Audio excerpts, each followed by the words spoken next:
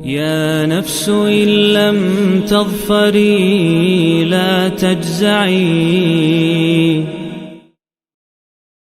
جی بسم اللہ والحمد للہ والصلاة والسلام علی رسول اللہ اما بعد فاعوذ باللہ السمیع العلیم من الشیطان الرجیم من ہمزہ ونفخہ ونفثہ بسم اللہ الرحمن الرحیم۔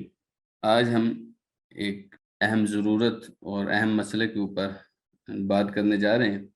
یقیناً یہ ایک اہمیت کے ساتھ ساتھ ایک پیچیدہ اور حساس مسئلہ بھی ہے، اس لیے عام طور پر اس مسئلے کو ڈسکس کرتے ہوئے جیسے کہتے ہیں نا کہ پر جلتے ہیں، خاص طور پر جب یہ دین کا ایک تقاضا ہو اور عام طور پر اس کو بیان کرنے کا رواج اور عوام کے پاس سننے کا عام طور پر اس کا مزاج نہیں ہوتا، لیکن خاموشی کی وجہ سے بھی بہت سارے معاملات ایسے ہیں جو بگاڑ کی طرف جاتے ہیں، اور اسی بگاڑ کو محسوس کرتے ہوئے ہم نے یعنی سابقون انسٹیٹیوٹ نے یہ فیصلہ کیا کہ ہم اپنی عوام کو، اپنے دوستوں کو، اپنے ساتھیوں کو اس حوالے سے ضرور اویئرنیس دیں گے، شعور دیں گے، بیداری دیں گے، تاکہ ایسا نہ ہو کہ ہماری خاموشی کی وجہ سے ہمارے لوگ، ہمارے بھائی، ہماری بہنیں، ہمارا معاشرہ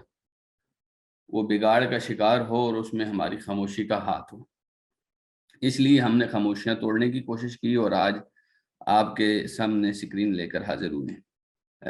قبل اس کے کہ ہم اپنی بات کا آغاز کریں، میں یہ بتا دینا چاہتا ہوں کہ یہ ہمارا بھی پہلا تجربہ ہے، اور عام طور پر دیگر علماء کی اس بارے میں اگرچہ عرب علماء کی کچھ نہ کچھ ہمارے سامنے کچھ مزاج، کچھ انداز موجود ہے، لیکن اردو زبان میں اس حوالے سے بہت کم گفتگو کی گئی، اس لیے ہم سمجھتے ہیں کہ اس میں غلطی کا امکان بھی زیادہ ہوتا ہے، اور اس غلطی کے لیے جو بھی ہم سے ہو یقیناً خطائیں ہماری ہی طرف سے ہوتی ہیں۔ ہم اللہ سبحانہ و تعالیٰ کے حضور پہلے ہی معافی کی درخواست کرتے ہیں، اور اس کے بعد بھی انشاءاللہ اللہ سبحانہ و تعالیٰ کے حضور معافی کے ہی خواستگار رہیں گے۔ دوسری بہت اہم بات کہ یہ چونکہ ایک حساس مسئلہ ہے اور اس میں عام طور پر لوگوں کی عزتوں کا اور حیا اور شرم کا ایک بڑا حصہ ہے، اگرچہ ہم کوشش کریں گے کہ بات تقریباً واضح کریں، لیکن اس کے باوجود یہ ایسا مسئلہ ہے اور ایسا موضوع ہے جس پر گفتگو کرنا آسان تو قطعاً ہی نہیں ہے۔ تو ہماری درخواست ہے خاص طور پر ان لوگوں سے جو یہ مزاج نہیں رکھتے ہیں، ہماری کسی بات کا برا نہ منائیں۔ ہم جو بھی بات کریں گے انشاءاللہ دلائل کے ساتھ کریں گے، عزت اور وقار کے ساتھ کریں گے، اور اپنے اس معاشرے کو بچانے کے لیے کریں گے۔ اس میں ہماری نیتوں کا حال تو ہمارا اللہ جانتا ہے، اور جہاں تک ہماری کوشش ہے ہم قرآن و سنت کے دلائل سے ہی اپنی بات کو مزین کریں گے، لیکن ساتھ ساتھ ہم فریق ثانی کے کچھ اقوال اور کچھ باتیں بھی آپ کے سامنے رکھنا ضروری سمجھتے ہیں تاکہ مسئلے کو اچھے طریقے سے سمجھا جا سکے۔ ایک اہم بات اور جو کرنے کی ہے وہ یہ ہے کہ یہ فریقین کے دلائل کا ایک موازنہ ہے۔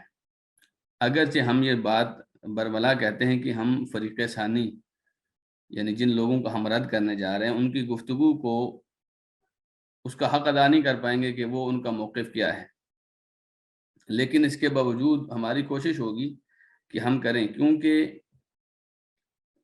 جس آدمی کو اگر کسی چیز کے ساتھ بہت زیادہ نفرت ہوتی ہے تو بعض اوقات اس کی کئی باتیں ایسی ہوتی ہیں، قبیح باتیں جو آپ کو پسند نہیں ہوتی، وہ ناقابل تصور بھی ہوتی ہیں، اور اگر تصور میں آ جائیں تو ناقابل یقین ہوتی ہیں کہ ایسا بھی ہو سکتا ہے، اور اگر آپ کو یقین بھی حاصل ہو جائے تو بہت ساری باتیں ہوتی ہیں جو ناقابل بیان ہوتی ہیں، کیونکہ آپ کسی چیز سے اتنی نفرت کرتے ہیں، اور ہم جس موضوع پر لے کے آئے ہیں اس موضوع کو ہم دل و جان سے برا سمجھتے ہیں۔ تو اس لیے میں برملا یہ بات بھی کہہ دوں کہ ہم فریق ثانی کے اقوال کو اس گفتگو کے دوران جو ہم ابھی لیکچر کرنے جا رہے ہیں شاید ہم اچھے طریقے سے اس کا موازنہ نہ کر پائیں، لیکن گفتگو کے بعد ہم ان لوگوں کو یا ان سے متاثرہ لوگوں کو یا ان کو جواب دینے والے اپنے بھائیوں اور بہنوں کو یہ مکمل موقع دیں گے کہ آپ ان کی طرف سے جو بھی اشکالات آتے ہیں وہ پیش کریں تاکہ ہم ان کا رد کریں انشاءاللہ العزیز۔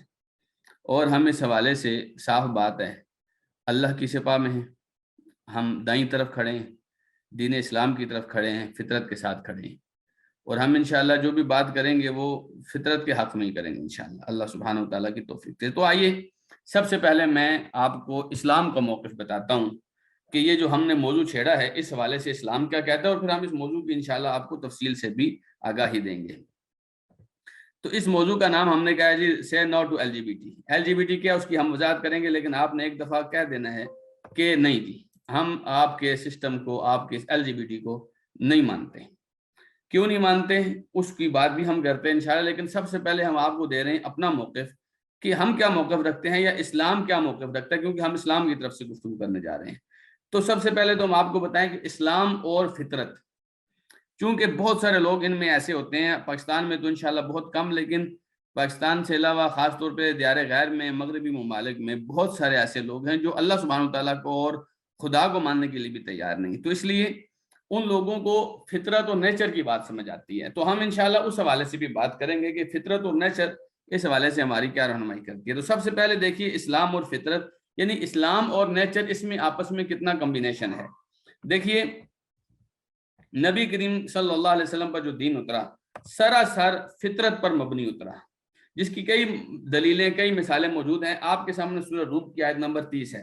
دیکھیے اللہ سبحانہ وتعالی نے فرمایا فَأَقِمْ وَجْهَكَ لِلدِّينِ حَنِيفًا، آپ اپنے چہرے کو اللہ سبحانہ وتعالی کے دین کی طرف رکھیے، حنیفاً یکسو ہو کر، یعنی دائیں بائیں آپ کو دیکھنے کی ضرورت نہیں ہے، مغرب میں کیا ہو رہا ہے، مشرق میں کیا ہو رہا ہے، آپ کی دائیں طرف کیا ہو رہا ہے، آپ کی بائیں کی طرف کیا ہو رہا ہے، آپ نے کہیں دیکھنا نہیں ہے، آپ نے صرف اپنے چہرے کو اللہ کے دین کی طرف دیکھنا ہے۔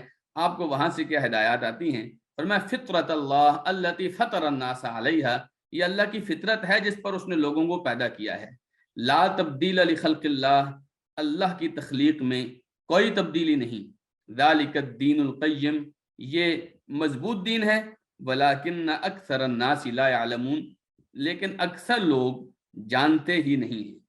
اس سے پتہ چلتا ہے کہ آپ نے، اللہ سبحانہ تعالیٰ نے جو ہدایات دی ہیں وہ یہ ہیں کہ آپ نے دین سے اعراض نہیں کرنا، دین کے اوپر نظریں گاڑ کر رکھنی ہیں، اور دین ہی وہ فطرت ہے، وہ بنیادی نیچر ہے، وہ بنیادی طریقہ ہے، سنت ہے، جس طریقے پر ساری کائنات کے لوگوں کو اللہ تعالیٰ نے پیدا کیا ہے۔ اللہ تعالیٰ جن کو پیدا کرتا ہے اس کو کوئی تبدیل نہیں کر سکتا، اور یہ جو دین ہے، یہ جو طریقہ آپ کو بتایا جا رہا ہے، یہ مضبوط دین ہے، ایسا کمزور نہیں ہے کہ اس کو چھوڑنے کی ضرورت پڑے، اور ایسا بھی نہیں ہے کہ کوئی اس کے اوپر حاوی ہو سکے۔ یہ بہت مضبوط دین ہے۔ دنیا میں بہت سارے نظریات آتے ہیں جی، بہت سارے تحریکیں آتی ہیں، بہت سارے سلوگنز آتے ہیں، بہت سارے نعرے آتے ہیں، لیکن کبھی بھی کوئی چیز اسلام کے مقابلے میں نہیں ٹھہر سکتی۔ یہ اللہ سبحانہ تعالیٰ کا دعویٰ ہے، اور اللہ تعالیٰ فرماتا ہے وَلَٰكِنَّ أَكْثَرَ النَّاسِ لَا يَعْلَمُونَ، لیکن اکثر لوگوں کو اس بات کا پتہ نہیں ہوتا کہ اسلام کے مقابلے میں جو چیز آ رہی ہے وہ ٹھہر نہیں سکتی۔ اسلام جب بھی آتا ہے، نبی کریم صلی اللہ علیہ وسلم نے جیسے فرمایا الاسلام یعلو ولا یعلی علیہ، اسلام سب کے اوپر غالب ہوتا ہے، اسلام کے اوپر کوئی چیز غالب نہیں ہو سکتی۔ نبی کریم صلی اللہ علیہ وسلم نے بھی فرمایا، صحیح بخاری کی حدیث ہے، آپ نے فرمایا ما من مولود الا یولد علی الفطرہ، کوئی بھی پیدا ہونے والا ایسا نہیں ہے جو فطرت پر پیدا نہ ہوا ہو۔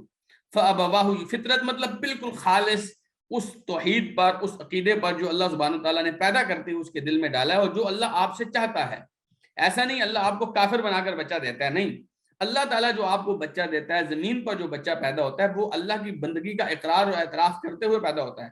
لیکن ہوتا کیا ہے، فَأَبَوَاهُ يُحَوِّدَانِهِ أَوْ يُنَصِّرَانِهِ أَوْ يُمَجِّسَانِهِ، پھر اس کے والدین ہوتے ہیں جو یا تو اس کو یہودی بناتے ہیں، یا عیسائی بناتے ہیں، یا اس کو مجوسی بناتے ہیں۔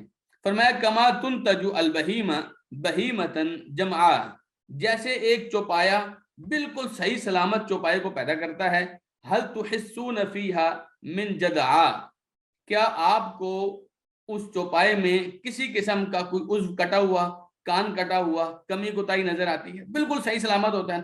ایسے ہی اللہ تعالیٰ بالکل صحیح سلامت، بغیر کسی تبدیلی کے اور بغیر کسی کمی کوتاہی کے بچے کو پیدا کرتا ہے، اور وہ بچہ اسی عقیدے اور نظریے پر ہوتا ہے جو فطرت کا تقاضا ہے، جو ایک انسان کی خلقت کا تقاضا ہے۔ اس کے اوپر بچہ پیدا ہوتا ہے. پھر جو بچوں کے اوپر مذہب کے الگ الگ جو بیجز لگتے ہیں یہ والدین کی طرف سے ہوتا ہے, یہ ماحول کی طرف سے ہوتا ہے, سوسائٹی کی طرف سے ہوتا ہے. بچہ آپ کو فطرت پر, نیچر پر ملتا ہے. تو یہ اللہ سبحانہ و تعالیٰ نے بتایا کہ اسلام اور فطرت یہ اصل میں ایک چیز کے دو نام ہیں, اور یہ بالکل ایک دوسرے کے ساتھ ہیں, ایک دوسرے کے ساتھ ڈائریکٹ بلا واسطہ جو ہیں وہ مربوط ہیں, ان کو الگ نہیں کیا جا سکتا. یہ اللہ سبحانہ و تعالیٰ نے فطرت کا اور اسلام کا ایک تعلق بتایا ہے. اچھا, اس کے بعد اللہ سبحانہ و تعالیٰ نے آپ کو بہت ساری چیزیں ایسی دی ہیں کہ جو آپ کے لیے جائز قرار دی ہیں, اور بہت سارے راستے آپ نے ایسے تراشے ہیں کہ جو جائز نہیں ہیں. اس کے لیے یاد رکھیے کہ ہم جس موضوع پر بات کر رہے ہیں چونکہ جنسی موضوع ہے اور اس کا تعلق جنسیات کے ساتھ ہے, اور خاص طور پہ خواہشات اور شہوات کے ساتھ ہے, تو ایسا نہیں ہے کہ اللہ نے پیدا کر کے آپ کو خواہشیں تو دیں اور شہوتیں تو دیں, لیکن ان خواہشوں کو پورا کرنے کے لیے, ان شہوتوں کو استعمال کرنے کے لیے اللہ سبحانہ و تعالیٰ نے آپ کو راستہ کوئی نہیں دیا. یہ بات ناممکن ہے, کیونکہ پیدا کرنے والے کو پتا ہے اس کی کیا کیا ضروریات ہیں. اللہ سبحانہ و تعالیٰ نے جہاں فرمایا کہ اللہ پیدا کرنے والا ہے, وہاں فرمایا کہ وہ خوب علم والا بھی ہے, وَهُوَ الْخَلَّاقُ الْعَلِيمُ. اللہ سبحانہ و تعالیٰ بہت خوب پیدا کرتا ہے اور بہت خوب علم رکھتا ہے. تو ایسا نہیں ہے کہ آپ میں اللہ تعالیٰ نے, یا کسی میں بھی, مرد یا عورت میں یا مخلوق میں, کسی چیز میں بھی اللہ نے جنسی خواہش اور ضرورت رکھی ہے اور اس کو حل کرنے کے لیے, اس کو پورا کرنے کے لیے اللہ نے راستہ نہیں دیا. لیکن اللہ سبحانہ تعالیٰ نے ایک بات فرمائی ہے جو یہاں پر میں آپ سے کرنا ضروری سمجھتا ہوں.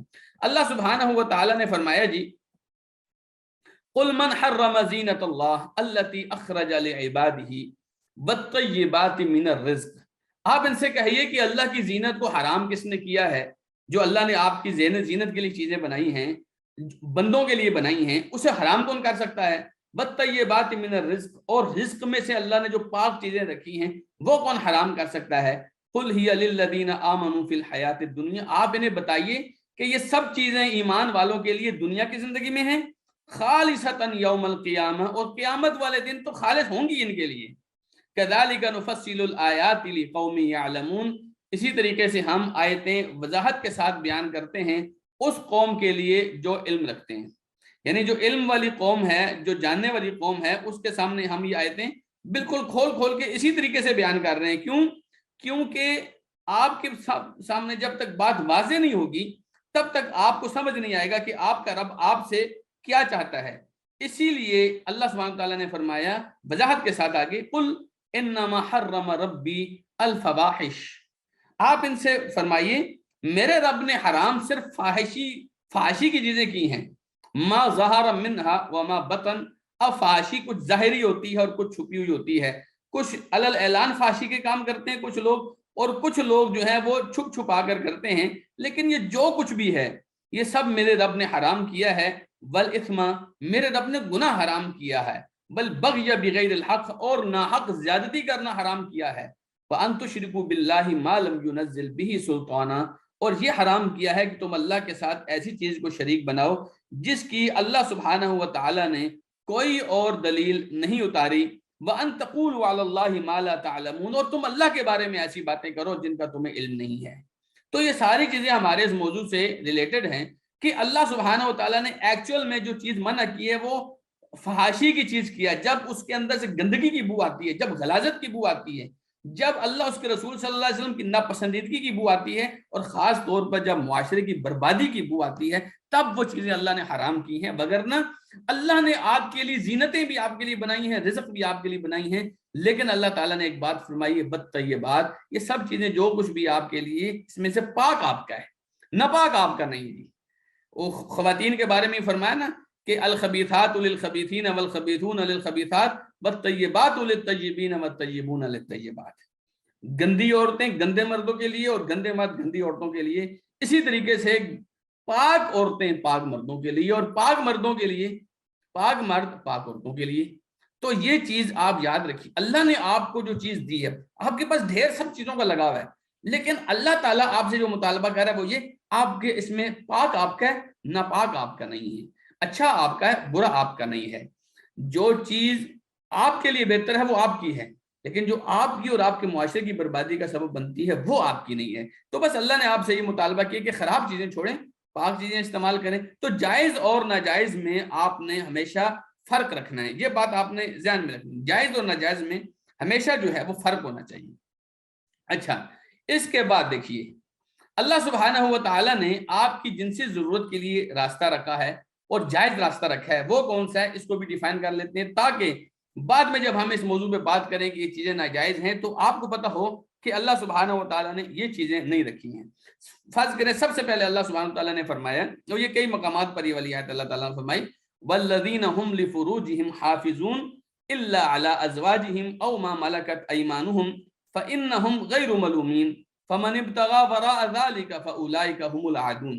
اس کا ترجمہ بہت آسان سے ہے، اور وہ لوگ جو اپنی شرمگاہوں کی حفاظت کرتے ہیں، ہاں مگر اپنی بیویوں یا اپنی زر خرید لونڈیوں سے، کیونکہ تب وہ ملامت نہیں کیے جائیں گے، لہٰذا جس نے اس کے علاوہ کچھ ڈھونڈا تو یہی لوگ حد سے تجاوز کرنے والے ہیں۔ آپ کے لیے اللہ سبحانہ و تعالیٰ نے جنسی خواہش کی تکمیل کے لیے دو راستے رکھے ہیں، ایک آپ کی بیویوں کی صورت میں، اسلام میں مرد کے لیے ایک وقت میں 4 بیویاں رکھنے کی اجازت ہے، اور اسی طریقے سے مرد کے لیے اللہ تعالیٰ نے ایک اور آپشن رکھا ہے، زر خرید لونڈیاں۔ میں نے زر خرید اس لیے کہا کہ بہت سارے لوگ یہاں پہ اشکال کا شکار ہو جاتے ہیں کہ ملازمائیں اور اس طرح کی بہت ساری خواتین وہ دیکھنے لگ جاتے ہیں۔ تو اللہ سبحانہ وتعالیٰ نے جو فرمایا کہ او ما ملکت ایمانہم، جو آپ کے ہاتھ کی ملکیت ہے، یعنی جو آپ نے خرید کر لونڈی لائی ہے، وہ اس کا ہم کبھی انشاءاللہ پھر کسی اور وقت میں تفصیل بیان کریں گے، اس کا کیا پروسیس ہوتا ہے اور پچھلے زمانے میں کیا طریقہ کار تھا اور وہ کیسے آتی تھیں۔ لیکن فرمایا کہ زر خرید لونڈیاں جو غلام کے درجے میں ہوا کرتی تھیں، یہ مرد کے لیے عورت تو ہے، لیکن عورت کے لیے ایسا کوئی بھی مرد وہ جائز نہیں ہے۔ اچھا، اس میں بھی یہ جو چیزیں اللہ تعالیٰ نے آپ کے لیے حلال کی ہیں، اس میں بھی اللہ سبحانہ تعالیٰ نے آپ کے لیے پاکیزگی ہی کو رکھا ہے۔ وہ کیسے؟ ذرا دیکھیے، بیویوں اور لونڈیوں سے صحبت کرنے کے لیے بھی اللہ تعالیٰ نے جائز راستہ ایک رکھا ہے، ٹھیک ہے، اور ناجائز راستے سے اللہ سبحانہ تعالیٰ نے منع کیا ہے، وہ سراسر حرام ہے۔ اگر آپ کی بیوی ہے، آپ اس کو استعمال کر رہے ہیں، تو اس کو استعمال کرنے میں یا اس سے اپنی خواہش کو پورا کرنے میں، مرد کے لیے بھی یہ بات ہے کہ آپ کی جو اپنی بیوی ہے اور یا اپنی لونڈی ہے، اس کے لیے بھی آپ نے اللہ کی حدود کا خیال رکھنا ہے۔ اللہ سبحانہ و تعالیٰ نے جہاں سے اجازت دی ہے وہاں آپ استعمال کر سکتے ہیں، اور جہاں سے اجازت نہیں دی وہاں آپ استعمال نہیں کر سکتے، کیونکہ اس بات کا ہمارے اس موضوع کے ساتھ بہت گہرا تعلق ہے، جس کو ہم انشاءاللہ آگے جا کے بیان کرتے ہیں۔ اس لیے یہ بات سمجھانا اور سمجھنا بہت ضروری ہے، اور جو راستہ اللہ تعالیٰ نے منع کیا وہ سراسر حرام ہے، اس راستے کی طرف جانا جائز ہی نہیں ہے۔ اچھا، اب دیکھیے کہ جو جائز امور ہیں، ان جائز امور کی اللہ سبحانہ و تعالیٰ نے خود آپ کو ترغیب دی ہے۔ جو چیزیں آپ کے لیے جائز ہیں نا، خود اللہ تعالیٰ نے آپ کو اس کی ترغیب دی ہے۔ مثلا فرمایا سورہ بقرہ میں آیت نمبر 223 میں، نساؤکم حرث لکم فأتوا حرثکم انا شئتم وقدموا لانفسکم واتقوا اللہ واعلموا انکم ملاقوہ وبشر المؤمنین۔ تمہاری عورتیں تمہارے لیے کھیتی ہیں، لہٰذا جس طرح چاہو اپنی کھیتی میں آؤ، اپنے لیے آگے بھیجو اور اللہ تعالیٰ سے ڈرو، بلا شبہ تم نے اس سے ملاقات کرنی ہے، اور اہل ایمان کو خوشخبری دیجیے۔ اس سے پتہ چلتا ہے کہ ایک تو اللہ سبحانہ تعالیٰ نے آپ کو بتایا کہ آپ کی عورتیں جو وہ کھیتی ہیں، تو کھیتی میں آپ نے بیج ڈالنا ہے تاکہ آپ کے لیے اللہ سبحانہ تعالیٰ اولاد کا کوئی سبب پیدا کرے۔ وَقَدِّمُوا لِأَنفُسِكُمْ، اس سے دو تفسیر مراد ہیں، ایک تو اپنے لیے آگے اعمال بھیجو، اور دوسرا مراد یہ ہے اپنی اولاد کا کچھ سلسلہ آپ ان کھیتیوں سے رکھو۔ وَاتَّقُوا اللَّهَ، لیکن ساتھ یہ فرمایا اللہ سے ڈرنا، کیونکہ جب ایک بیوی آپ کے اختیار میں، آپ کے ہاتھ میں ہے، تو تب انسان جب شیطانی وسوسے اور شیطانی حوث کا شکار ہوتا ہے تو انسان عام طور پہ اللہ کا تقویٰ چھوڑ دیتا ہے۔ اس لیے تاکید کے ساتھ فرمایا کہ واتقوا اللہ، اللہ تعالیٰ سے ڈرو، وَاعْلَمُوا أَنَّكُمْ مُلَاقُوهُ وَبَشِّرِ الْمُؤْمِنِينَ، اور یاد رکھنا تم اللہ سبحانہ تعالیٰ سے ملاقات کرو گے، اور وہاں پر ایمان لانے والے یعنی اللہ سبحانہ تعالیٰ کی حدود کا خیال رکھنے والوں کو آپ خوشخبری دیجیے۔ تو یہ طریقہ ہے، یہ جو جائز راستہ ہے، اللہ سبحانہ تعالیٰ آپ کو خود ترغیب دے رہے ہیں کہ آپ جائز راستے کو استعمال کیجیے۔ نبی کریم صلی اللہ علیہ وسلم نے فرمایا وَفِي بُضْعِ أَحَدِكُمْ صَدَقَةٌ، تمہاری بیوی کے ساتھ صحبت بھی صدقہ ہے، یعنی اللہ آپ کو اجر دے گا۔ آپ تصور کریں، جن چیزوں کی، جن خواہشوں کو پورا کرنے کے لیے لوگ ناجائز راستے استعمال کرتے ہیں، وہاں اللہ کے رکھے ہوئے جائز راستے کو استعمال کرنا آپ کے لیے صدقہ ہے۔ صحابہ کرام نے عرض کیا ہے اللہ کے رسول، یہ تو ہم میں سے کوئی بھی اپنی خواہش پوری کرنے کے لیے کرتا ہے، اپنی بیوی کے ساتھ صحبت مجامعت کرتا ہے، کوئی بھی کرتا ہے، وہ اپنی خواہش پوری کرنے کے لیے کرتا ہے، تو اس میں کیسے صدقہ؟ نبی کریم صلی اللہ علیہ وسلم نے فرمایا بھلا بتلاؤ، اگر کوئی یہی خواہش حرام راستے سے پوری کرتا تو اسے گناہ ہوتا؟ یقیناً جواب یہ ہے کہ ہوتا۔ تب نبی کریم صلی اللہ علیہ وسلم نے فرمایا اسی طرح جب وہ حلال راستے سے کرے گا تو اس کے لیے اس میں اجر ہے۔ سبحان اللہ، یعنی اللہ تعالیٰ نے آپ کو جو راستہ دیا ہے، اگر آپ اس راستے میں حلال استعمال کریں گے اس راستے کو، اللہ تعالیٰ اس میں بھی آپ کو اجر دے گا، اگرچہ آپ کی ذاتی ضرورت اور ذاتی خواہش ہے، آپ کی اپنی ایک ڈیمانڈ ہے کہ آپ اس خواہش کو پورا کریں، لیکن پھر بھی اللہ آپ کو اجر دے گا۔ کیوں؟ آپ نے کسی غیر کی طرف، کسی حرام کی طرف، کسی اور راستے کی طرف نظر اٹھا کے نہیں دیکھا، آپ نے اسی راستے کو استعمال کیا پابندیوں کا لحاظ کرتے ہوئے جو اللہ نے آپ کے لیے رکھا ہے، تب اللہ سبحانہ وتعالیٰ آپ کو اس بات پر بھی اجر دے رہے ہیں۔ یہ ایک بہت بڑی بات ہے، یہ وہ چیز ہے کہ جیسے آپ کو کھانے پہ بھی اجر ملتا ہو، اور یقین جانیے بہت سارے کام اور باتیں ایسی ہیں جو آپ جو ہے یعنی اپنی عادتیں بنا لیتے ہیں، اور اللہ تعالیٰ آپ کی روٹین کے کاموں پہ بھی اجر دیتے ہیں، اور اس میں سے ایک یہ کام ہے جہاں آپ کو اللہ سبحانہ وتعالیٰ صدقے کے برابر اجر دیتا ہے۔ اچھا، اس کے بعد اب آئیے کہ ہم جس موضوع پہ بات کر رہے ہیں، ٹرانسجینڈر بل جو خاص طور پہ پاکستان میں آیا، اس پر ہمارے کیا اعتراضات ہیں، یہ بات دیکھنے کی ہے۔ ٹرانسجینڈر بل کے حوالے سے 2-3 پوائنٹس ہیں، وہ آپ کے ذہن میں ہونے چاہیے۔ سارا بل ہمارا ایسا نہیں ہے کہ جس کے اوپر ہمیں اعتراض ہے، لیکن چند باتیں ایسی ہیں جو اس بل کے اندر ہے۔ بعض دفعہ ایسے ہوتے ہیں نا کہ کھوٹے سکے کھرے سکوں کے ساتھ چلا دیے جاتے ہیں، پھٹے ہوئے نوٹ نئے نوٹوں کے بیچ میں رکھ کے چلا دیے جاتے ہیں۔ بالکل اسی طرح اس بل کی آڑ میں کچھ ایسے کام یا ایسی باتیں منوائی گئیں جو کہ ماننا یا ان کو لاگو کرنا درست نہیں تھا، جس میں سے ایک بات یہ ہے، اس بل میں یہ بات رکھی گئی کہ نادرہ اس بات کا پابند ہے کہ کوئی مرد یا عورت اپنے احساسات کے مطابق اپنی جنس کا تعین کر سکتا ہے، اور Nadira passport office, police station اور تمام سرکاری اداروں میں اسی جنس کے مطابق معاملات کیے جائیں گے۔ مثلا ایک آدمی کہتا ہے کہ میرے احساسات، مجھے یوں محسوس ہوتا ہے، مجھے یوں لگتا ہے کہ میں عورت ہوں، تو نادرہ اس بات کا پابند ہے، پولیس آفیسر اس بات کا پابند ہے کہ آپ کو مرد نہ کہے، وہ آپ کو عورت کہے، اور اس کے اوپر آپ کے جتنے سرکاری ڈاکومنٹس ہیں وہ تبدیل ہوں گے، کیونکہ آپ کو احساس ہو رہا تھا کہ آپ ایک عورت ہیں۔ یہ ہمارا سب سے بڑا پوائنٹ ہے جس کی وجہ سے ہم اس بل کے مخالف ہیں۔ اس میں عام طور پر یوں کہا جاتا ہے کہ مذہبی طبقہ، جبکہ یہ مذہبی طبقے سے بات نکل کر انسانی طبقے تک کی بات ہے۔ ہم اس کے اوپر بھی بات کرتے ہیں انشاءاللہ کہ یہ صرف مذہبی طبقے کا ایشو نہیں ہے، انسانیت سوز ایشو ہے یہ کہ ایک آدمی، اس کو اللہ تعالیٰ نے مرد پیدا کیا ہے، اللہ تعالیٰ نے اس کو مرد پیدا۔ اچھا چلیں، بعض لوگ کہیں کہ ہم اللہ سبحانہ وتعالیٰ کو نہیں مانتے، تو کوئی بات نہیں، آپ نیچر یا فطرت کو تو مانتے ہیں۔ فطرت ایک آدمی کو مرد بنا رہی ہے، اور آپ اس کو کہہ رہے ہیں کہ نہیں، اس کو یوں لگتا ہے کہ وہ عورت ہے تو آپ اس کو عورت کہیں گے۔ سبحان اللہ، یا ایک فطرت نے ایک چیز کو عورت بنایا، اللہ سبحانہ تعالیٰ نے ایک چیز کو عورت بنایا، تو بعد میں وہ عورت کہے نہیں، مجھے یوں لگتا ہے کہ میں مرد ہوں، تو میں تو مردوں کی طرح رہوں گی، تو وہ پھر اس کے بعد آپ اس کو مرد کہنے کے پابند ہوں گے، اور کوئی آدمی اس کو عورت نہیں کہے گا ورنہ وہ سزا پائے گا۔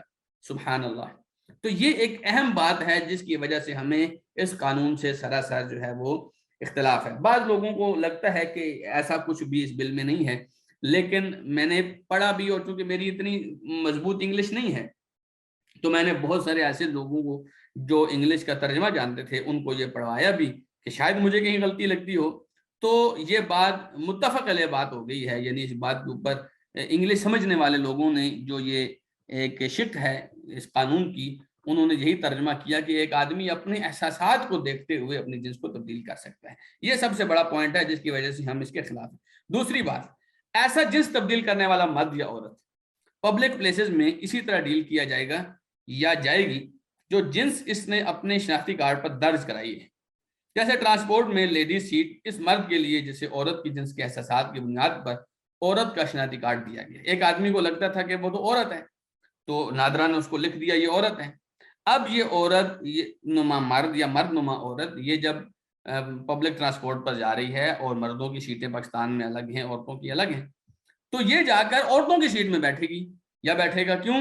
کیونکہ اس کو لگتا ہے کہ یہ عورت ہے، حالانکہ ساری دنیا چاہے اس کو دیکھ رہی ہے کہ اس کے چہرے پر تو داڑھی ہے، لیکن اس کو لگتا ہے کہ یہ عورت ہے، اس لیے یہ عورتوں کی سیٹ پہ بیٹھے گی اور کوئی آدمی اس پر اعتراض کرنے کا مجاز نہیں ہوگا۔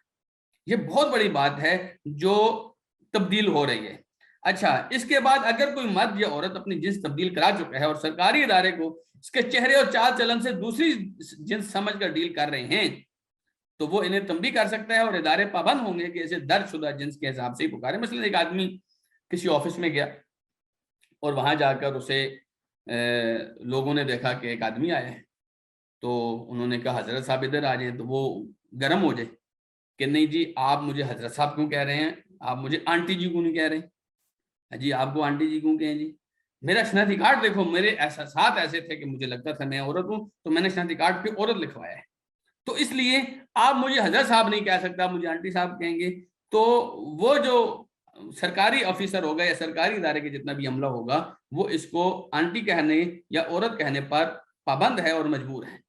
تو یہ ایک تیسری بات ہے. اور سب سے بڑی بات جو ہماری اس جنگ کا باعث بنی وہ یہ ہے کہ جب ایک سینیٹر مشتاق صاحب نے اس بل کے خلاف جو کچھ امینڈمنٹس, انہوں نے کہا کہ ہم اس بل کے بالکل ہی اگینسٹ نہیں ہیں, لیکن اس بل میں جو چیزیں غیر فطری, غیر اسلامی اور غیر انسانی ہیں آپ وہ چیزیں درست کریں.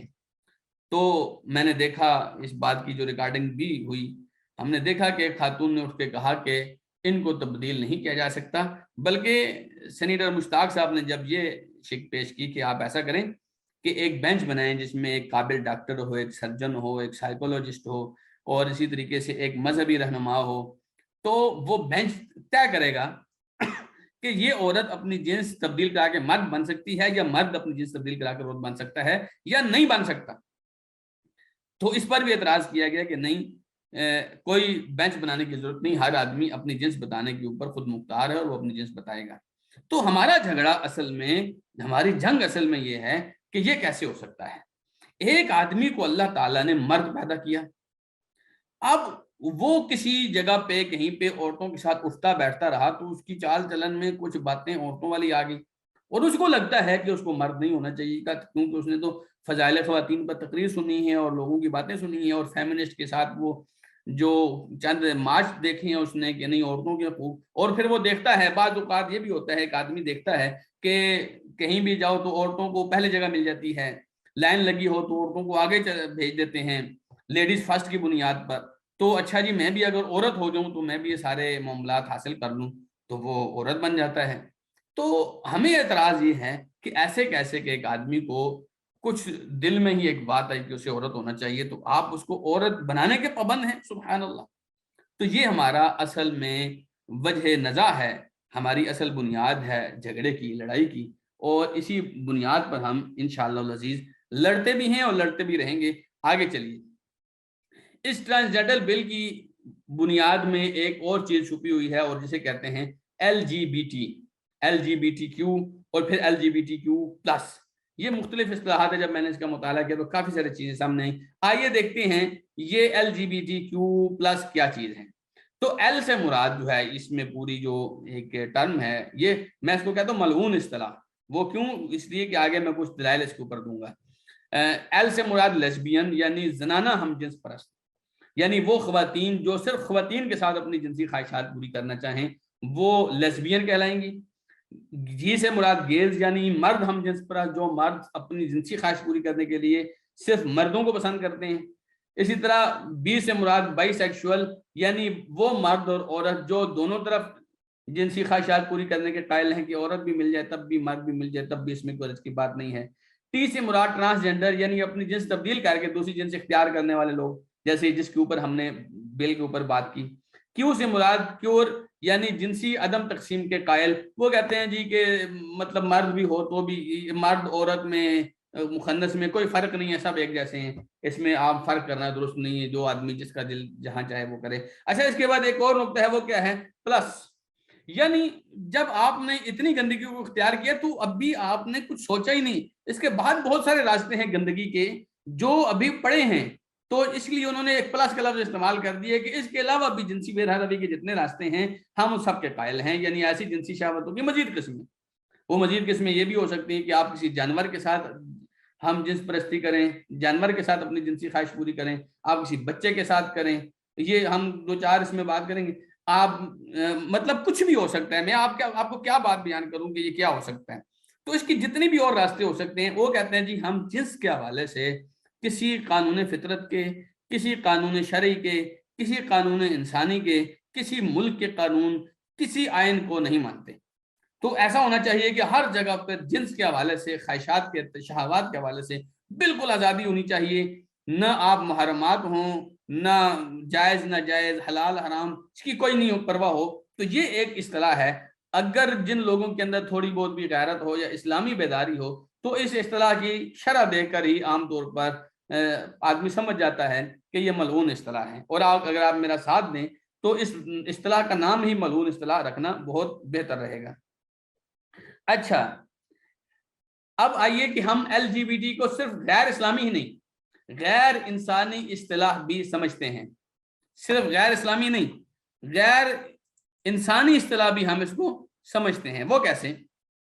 دیکھیے ذرا، تاریخی طور پر ہم جنس پرستی کی ابتدا لوط علیہ السلام کی قوم سے معلوم ہوتی ہے، جب ان کے مرد عورتوں کو چھوڑ کر اپنی جنسی تسکین کے لیے مردوں اور خاص طور پر لونڈوں کا استعمال قومی رضامندی کے ساتھ کرتے۔ دیکھیے، یہ بات میں نے قومی رضامندی اس لیے لکھا کہ گناہ ہر جگہ ہوتے ہیں، زناکار بھی ہر جگہ ہوتے ہیں، لونڈے باز بھی ہر جگہ ہوتے ہیں، اور کئی لوگ اندر کھاتے بہت سارے گناہ غلطیاں کرتے ہیں، اور ہم سب لوگ، اگرچہ کوئی آدمی اس لیول پر نہیں بھی ہم میں سے پہنچا تو بھی یعنی کچھ نہ کچھ گناہ غلطیاں ہم سے، اپنی غلطیاں، یعنی ضروری نہیں کہ اس حوالے سے ہی، اس موضوع کے حوالے سے ہی، اور کئی غیبت چگلی اس طرح کی غلطیاں بھی ہو جاتی ہیں، یعنی گناہوں سے کوئی بھی معاشرہ پاک نہیں ہے۔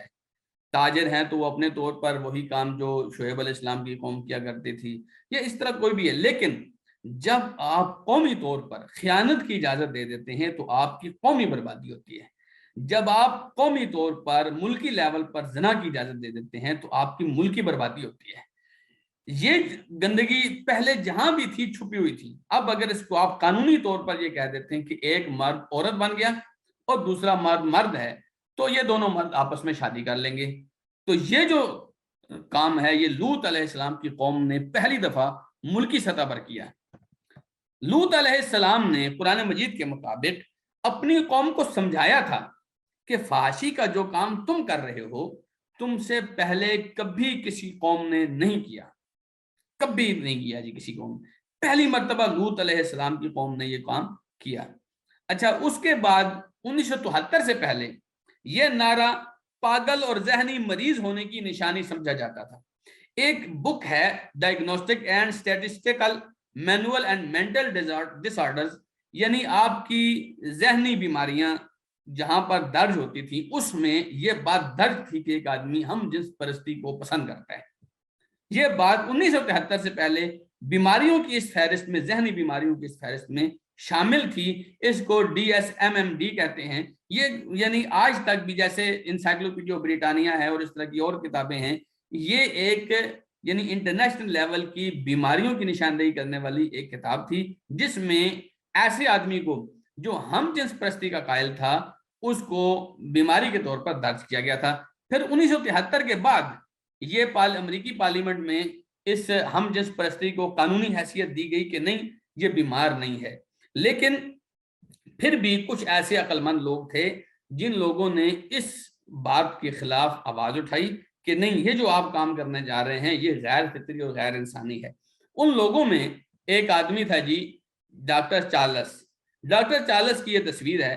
اس آدمی نے باقاعدہ طور پر ایک ادارہ بھی بنایا کہ جس ادارے کے اندر اس نے یہ طے کیا، لوگوں کو سمجھایا کہ یہ جو ہم جنس پرستی ہے یہ ایک بیماری ہے، اور اس نے باقاعدہ طور پر، اگر آپ یوٹیوب پہ دیکھیں، ڈاکٹر چارلس کا باقاعدہ طور پر ہومو سیکشوالٹی کے اوپر، ہم جنس پرستی کے اوپر 1974 میں ایک ڈائلاگ بھی ہوا تھا، مناظرہ بھی ہوا تھا لوگوں کے ساتھ کہ یہ کیسے درست ہو سکتا ہے اور کیسے نہیں ہو سکتا۔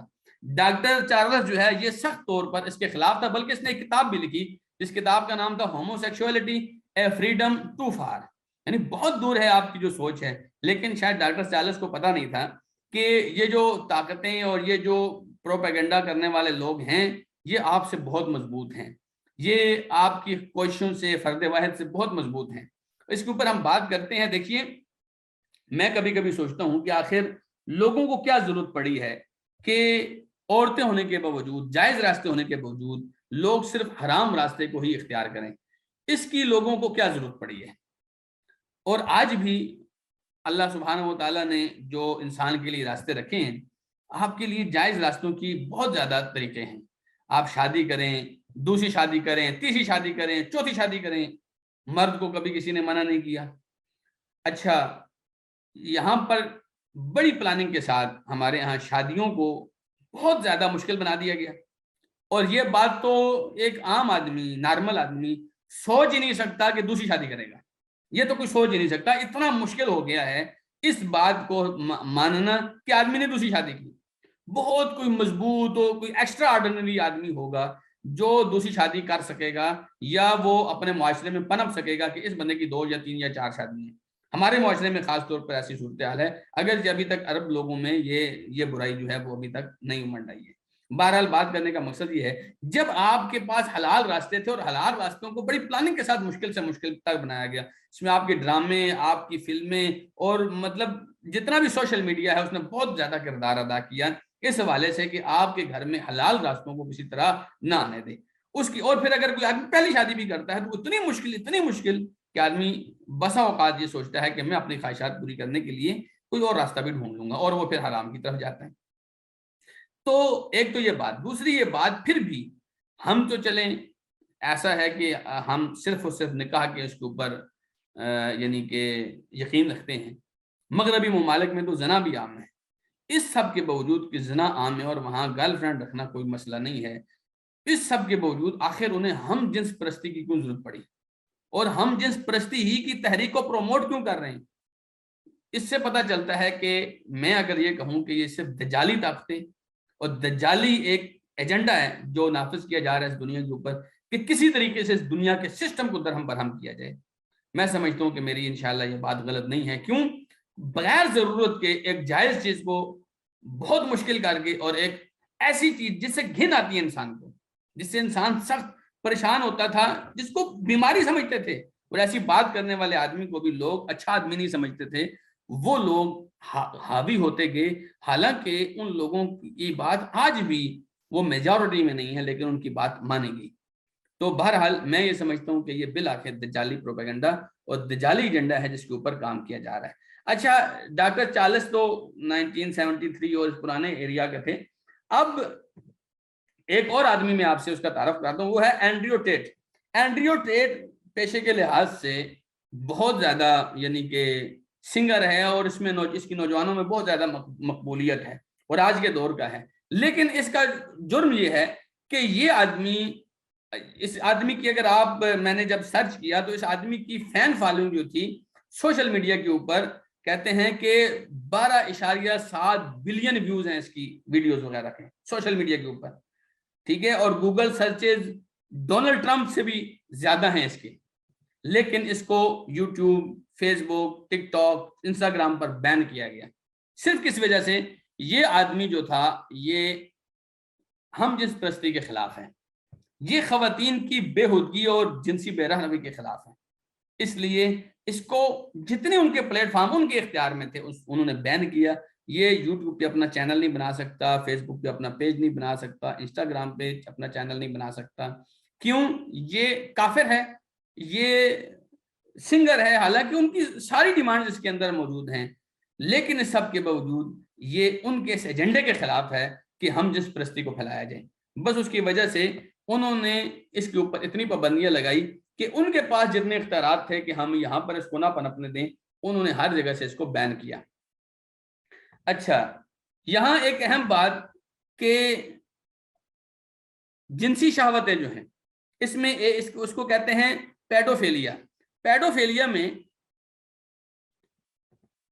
جو بیماری ہے وہ یہ ہے کہ آپ کی جنسی خواہش تو ہے, لیکن آپ کو لگتا ہے کہ جنسی خواہش پوری کرنے کے لیے آپ کو بچوں کی ضرورت ہے. آپ اپنی جنسی خواہش کے لیے بچوں کی ڈیمانڈ کرتے ہیں, بچوں کو ڈھونڈتے ہیں, اور یہ خطرناک ترین عمل ہے. یعنی باقی سارے تو ہیں ہی خطرناک, لیکن ان میں سب سے زیادہ زہریلا یہ معاملہ ہے. اور اسی معاملے کی وجہ سے اگر آپ کو یاد ہو تو ہمارے ہاں زینب جیسی بچی کا قصہ ہوا, اور صرف ایک قصہ نہیں تھا, پھر مردان میں پھر اور مختلف علاقوں میں، یعنی آپ کو اگر 2017-18 کا وہ واقعہ یاد ہو تو اس کے دائیں بائیں آگے پیچھے اوپر نیچے کافی سارے ایسے واقعات ہوئے جو صرف بچوں کے ساتھ پوری کی گئی شہوتوں کے اوپر مبنی تھے۔ تو 1995 میں یہ جو ہم جنس پرست ہیں ان کا ایک میگزین نکلتا ہے، آپ دیکھیں اس لیول پہ تو یہ پہنچے ہیں، ان کے اپنے باقاعدہ میگزین چھپتے ہیں جس کا نام تھا گائیڈ۔ اس نے کہا کہ ہم فخر کر سکتے ہیں کہ ہم جنس پرستوں کی تحریک چند ایسے لوگوں کا گھر رہی ہے جنہوں نے بلند آواز میں کہنے کی ہمت کی ہے کہ بچے بھی قدرتی طور پر سیکشول ہوتے ہیں، جس کی وجہ سے وہ جنسی اظہار کے حق کے مستحق ہیں۔ وہ جو بھی منتخب کرتے ہیں ہمیں اپنے بڑوں کو سننا چاہیے، بجائے یہ کہ ہم پیڈوفائلز کا لیبل لگنے کے خوف سے ڈریں۔ ہمیں فخر سے اعلان کرنا چاہیے کہ جنسی تعلق اچھا ہے بشمول بچوں کی جنسیت کے، ہمیں اس کے لیے کام کرنا چاہیے بچوں کی خاطر۔ سبحان اللہ۔ اب دیکھیں نام کیا دے رہے ہیں، ہم بچوں کی آزادی کے لیے لڑ رہے ہیں، حالانکہ بچوں کی کون سی خواہش ہوتی ہے؟ وہ زینب کی کون سی خواہش تھی؟ وہ اس مردان والی یعنی بچی کی کون سی خواہش تھی؟ وہ کتنے بچے وحشیوں کے درندوں کے ہاتھ چڑھ جاتے ہیں، ان کی کون سی خواہش ہوتی ہے؟ 4 سال کے بچے نے کیا آپ سے جنسی خواہش کرنی ہے؟ انتہائی بیوقوف اور پاگل لوگوں کی طرح کی یہ سوچ ہے۔ لیکن اصل میں کیا بات ہے، بچوں کا نام لے کر یہ بچوں تک رسائی چاہتے ہیں، کیونکہ یہ بیمار ہیں، یہ ذہنی طور پر ڈس آرڈرڈ ہیں، یہ فکری طور پر بالکل پاگل ہیں۔ اسی طرح اللہ سبحانہ وتعالیٰ نے قوم لوط کے بارے میں فرمایا لعمرک انہم لفی سکرتہم یعمہون، آپ کی عمر کی قسم یہ لوگ اپنی بدمستی میں بے ہوش تھے۔ تو یہ ایسا ہی ہے۔ تو یہ لوگ بڑے فخر سے کہہ رہے ہیں ہم بچوں کا استعمال کرتے ہیں، اور یہ کہہ رہے ہیں کہ ہم بچوں کے لیے آواز اٹھا رہے ہیں۔ سبحان اللہ۔ اور بچوں کے لیے کیا آواز اٹھا رہے ہیں کہ بچوں کی جنسی جو خواہش ہے وہ پوری کرنی چاہیے۔ سبحان اللہ۔ تو یہ ایک پیڈوفیلیا ایک بیماری ہے جس کے اوپر جو ہے انہوں نے کام کیا۔ بلکہ 1988 کے آرکائیوز میں شائع ہونے والے ایک مطالعے میں جنسی رویہ یعنی کہ 86% پیڈوفائلز نے خود کو ہم جنس پرست بتایا۔ یعنی جو ہمارا جو ہم جنس پرستی کا موضوع ہے نا، یہ اس کے ساتھ بہت زیادہ ملتا ہے۔ اس کی وجہ کیا ہے کہ 86% لوگ جنہوں نے بچوں کے ساتھ زیادتیاں کی وہ ہم جنس پرستی کے قائل تھے، اور ان کے پاس جو لیب، کیونکہ ابھی تک یہ پیڈوفیلیا جو ہے یہ قانونی حیثیت اختیار نہیں کر سکا، کیونکہ یہ تو بالکل ہی لوگوں کو اپنے بچوں کی فکر پڑ جاتی ہے۔ تو ان لوگوں نے کیا کیا، ان لوگوں نے 86% لوگ ہیں جو ہم جنس پرستی کے مرض میں مبتلا ہیں، اور انہوں نے اپنے آپ کو وہاں رجسٹر کرایا ہوا ہے کہ ہم جنس پرست ہیں۔ اور ان لوگوں نے بچوں کے ساتھ اس طرح کی جاتی ہے کہ 86% جاتیاں جو بچوں کے ساتھ ہوئیں وہ ان ہم جنس پرستوں نے کی ہیں۔ تو یہ بات آپ ذرا ذہن میں رکھیے۔ ایک سویڈش ریسرچ ہے کے مطابق جو یو کے کی پارلیمنٹ میں پیش کی گئی، یہ میرے ایک بھائی ہیں گوہر بھائی، بہت اچھے فکری لوگ ہیں، تو انہوں نے مجھے یہ تحریریں بھیجی۔ وہ فرما رہے ہیں، انہوں نے جو یہ رپورٹ پیش کیا، ٹرانسجینڈر عام لوگوں سے تقریباً 42% سے 53% زیادہ جنسی جرائم میں ملوث پائے گئے۔ یعنی آپ جس قانون کے تحت پاکستان کی پارلیمنٹ اور سینٹ جس قانون کے تحت ایک خاتون کو مرد اور ایک مرد کو خاتون بنانے چلے ہیں، یہاں پر جنسی جرائم 42% سے لے کر 53% تک یہ ٹرانسجینڈر لوگ کرتے ہیں۔ بلکہ اگر آپ لوگ ہمارے اس LGBT کے اگینسٹ جو گروپ ہم نے بنایا واٹس ایپ پر، اگر آپ اس گروپ میں ہوں تو ہم نے ایک رپورٹ بھی دی کہ ایک مرتبہ ایک جیل میں انہی دنوں میں ایک جیل میں انہوں نے پولیس نے مردوں کو الگ ڈالا اور عورتوں اور جنس تبدیل کر کے بننے والی عورتوں کو الگ ڈالا۔ تو وہاں جو عورتیں اپنی جنس تبدیل بتا کے شناختی کارڈ پہ یا جو بھی ان کا کارڈ ہے اس پہ جب الگ جیل میں گئیں تو وہاں پر انہوں نے 2 عورتوں کو حاملہ کر دیا۔ آپ تصور کریں۔ تو یہ جو جرائم ہیں یہ ان جنس تبدیل کرنے والے لوگوں میں، اگرچہ یہ آپ کو کہیں کہ ہمیں احساس ایسے ہو رہا ہے، لیکن اندر کھاتا یہ کیا ہے، یہ صرف اور صرف ہم جنس پرستی کے قائل ہیں۔ آپ دور نہ جائیے، میں جدھر بیٹھا ہوں اسلام آباد میں، میرے پاس ہی بالکل ٹیکسلا کا شہر ہے، اور پاکستان میں پچھلے دنوں ایک خبر بڑی مشہور ہوئی پچھلے سال غالباً کہ ٹیکسلا میں ایک استانی اور ایک اس کی شاگردہ نے آپس میں شادی کی۔ استانی نے اپنا ہم جنس پرستی والا کارڈ بنوایا اور اس نے لکھا کہ میرا نام تو آکاش علی ہے کیونکہ مجھے احساس یہ ہوتا ہے کہ میں مرد ہوں۔ تو اس نے مرد بن کر اور دوسری لڑکی نے عورت بن کر آپس میں شادی کی۔ آپ تصور تو کریں، مطلب آپ سوچ سکتے ہیں کہ آپ کا بھائی کہے میں نے تو فلاں چاچے کے لڑکے سے شادی کرنی تو آپ اس کو سمجھائیں گے بھائی وہ تو لڑکا ہے اور آپ کی شادی تو لڑکی کے ساتھ ہوگی، تو وہ کہے گا نہیں مجھے تو یوں احساس ہوتا ہے کہ میں لڑکی ہوں۔ آپ تصور تو کریں مطلب کیسا ایک گھنونا کھیل ہے جو ہمارے معاشرے کے ساتھ کھیلا جا رہا ہے۔ اس لیے آپ کو شاید اب تھوڑا بہت احساس ہو رہا ہو کہ ہم نے یہ موضوع اس کا انتخاب کیوں کیا ہے۔ یہ سمجھنا اور اس بات کو سمجھانا ہم سب لوگوں کے لیے انتہائی ضروری ہے۔ چلیے آگے،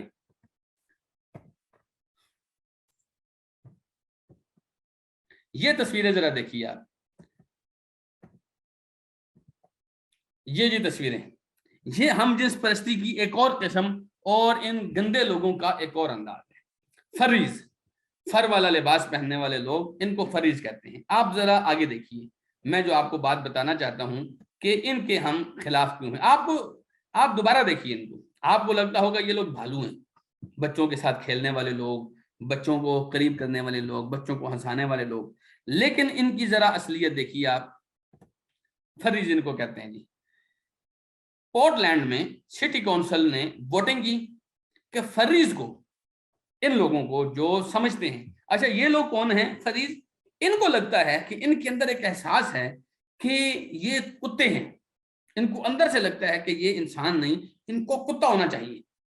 اچھا تو اس وجہ سے یہ کتوں والا لباس کوئی پہنتا ہے، کسی کو لگتا ہے کہ اس کو بلی ہونا چاہیے، وہ بلیوں والا لباس پہنتا ہے، کسی کو لگتا ہے کہ اس کو جو ہے بھیڑیا ہونا چاہیے، وہ بھیڑیوں والا لباس پہنتا ہے۔ تو ان کو لگتا ہے کہ ان کے اندر ایک کتے کی روح ہے، تو لہٰذا اب ہمیں جو ہے آپ انسان نہیں، ہمیں کتوں کی طرح بیہیو کرنے کی اجازت دیں، کوئی آدمی ہمیں چھیڑ نہ سکے کہ یہ تو انسان ہے، کتا کیوں بنا ہوا ہے۔ گورنمنٹ نے الاؤ کیا، پورٹ لینڈ کی سٹی کونسل کی عدالت نے الاؤ کیا اور اس نے ووٹنگ کرائی کہ ان لوگوں کو حقوق دیے جائیں، اور ان کو جس طرح کتے ایک دوسرے کے اوپر چڑھے ہوتے ہیں اسی طرح کتوں کے پارک میں ان کو بھی ایک دوسرے کے اوپر چڑھنے کی اجازت دی جائے۔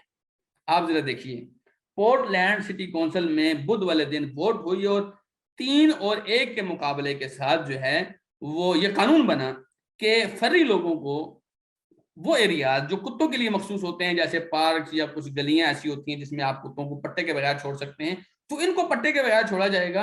اور یہ کتے اپنی مرضی سے بنتے تو کوئی ہمیں اعتراض نہیں تھا، لیکن انہوں نے ڈیمانڈ یہ کی کہ ہمیں کتے کی طرح ایک دوسرے کے اوپر چڑھنے اور ایک دوسرے سے جنسی خواہش پوری کرنے کی اجازت دی جائے، کیونکہ ہمیں اندر سے لگتا ہے کہ ہم کتے ہیں۔ تو میں اپنی اس پارلیمنٹ، اپنے اس سینیٹ اور اپنے ان سیاست دانوں اور اپنے جتنے بھی رہنما ہیں یا ان کو ڈیفینڈ کرنے والے لوگ ہیں ان سے یہ عرض کرنا چاہتا ہوں کہ کل آپ کا بیٹا کہے کہ مجھے اندر سے لگتا ہے کہ میں کتا ہوں، تو کیا آپ اس کے لیے پٹا خریدیں گے؟ اور آپ کی بیٹی کہے کہ مجھے اندر سے لگتا ہے میں کتی ہوں، تو کیا آپ اس کو اجازت دیں گے کہ وہ جس کتے کے ساتھ مرضی جائے چاہے اور چلی جائے؟ سبحان اللہ۔ اس بات کو دیکھیے، یہ ابھی آغاز ہے۔ میں نے جیسے بتایا کہ پلس کے اندر انہوں نے بہت ساری اور باتیں چھپائی ہوئی ہیں، جس میں ایک یہ بات بھی ہے بچوں کے ساتھ جنسی زیادتیاں، اور اس میں ایک یہ بات کہ یہ چاہتے ہیں کہ ان کو کھلے عام جو ہے وہ پارکوں میں بدکاریاں کرنے کی اجازت دی جائے۔ بلکہ اس قانون کے اندر جو جج ان کے خلاف تھا اس کا نام انہوں نے ذکر کیا، امینڈا فریڈز، اس جج نے کہا کہ ہم جو قانون بنا رہے ہیں اس قانون کے تحت یہ قانون نہیں ہونا چاہیے، اگر یہ قانون آ گیا تو اس کے تحت ہم اپنے بچوں اور بچیوں کو خود سے پبلک پارکس میں بدکاریاں کرنے کے لیے چھوڑ رہے ہیں۔ تو کچھ لوگ ہوتے ہیں نا جس میں تھوڑی بہت خیر پھر بھی ہوتی ہے، کافر بھی ہیں پھر بھی کچھ نہ کچھ خیر ہے، تو یہ آدمی نے وہاں پر اپنے ریمارکس دیے کہ یہ بات جو ہے یہ یہاں تک پہنچ سکتی ہے، اور اگر آپ مجھے اجازت دیں اور میں کہوں کہ یہ بات یہاں تک پہنچی ہوئی ہے، اللہ المستعان، اللہ سبحانہ و تعالی ہماری نسلوں کی حفاظت کرے۔ یہ تھوڑا بہت تعارف تھا کہ ہم مذہبی لوگ یا کم سے کم انسانی طبقے کے لوگ اتنے آگ بگولا کیوں ہیں کہ اس بل میں آخر ایسا کیا ہے کہ یہ بل ہم لوگوں کو اتنا چبھ رہا ہے۔ تو یہ وہ بنیادیں ہیں، ہمیں اپنی نسلوں کی فکر ہے کہ یہ نسلیں برباد ہو جائیں گی اگر ہم خاموش رہے، اور اگر ہم بولتے رہے تو عین ممکن ہے کسی کی آواز اتنی مضبوط ہو کہ ایک دن آئے یہ لوگ رک جائیں۔ اور پھر سب سے بڑی بات یہ ہے کہ اللہ سبحانہ و تعالیٰ نے فرمایا اللہ تعالیٰ تب تک لوگوں کو عذاب نہیں دیتا جب تک کسی قوم کے لوگ اصلاح کرنے والے ان میں موجود ہوں۔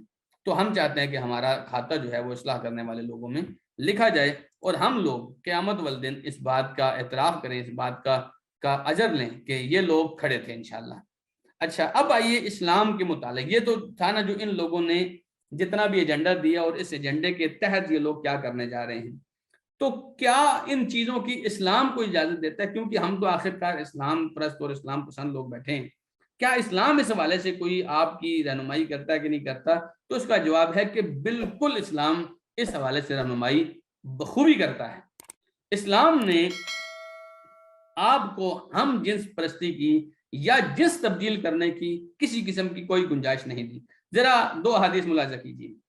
عبداللہ ابن عباس رضی اللہ تعالی عنہ کہتے ہیں نبی کریم صلی اللہ علیہ وسلم نے لعن المخنثین من الرجال والمترجلات من النساء، ان مردوں کو جو عورتوں کی مشابہت کرتے ہوئے ہجڑے بنتے ہیں اور ان عورتوں کو جو مرد بنتی ہیں، ان لوگوں کے اوپر نبی کریم صلی اللہ علیہ وسلم نے لعنت کی اور آپ نے فرمایا اخرجوہم من بیوتکم، ان لوگوں کو اپنے گھروں سے نکال دو۔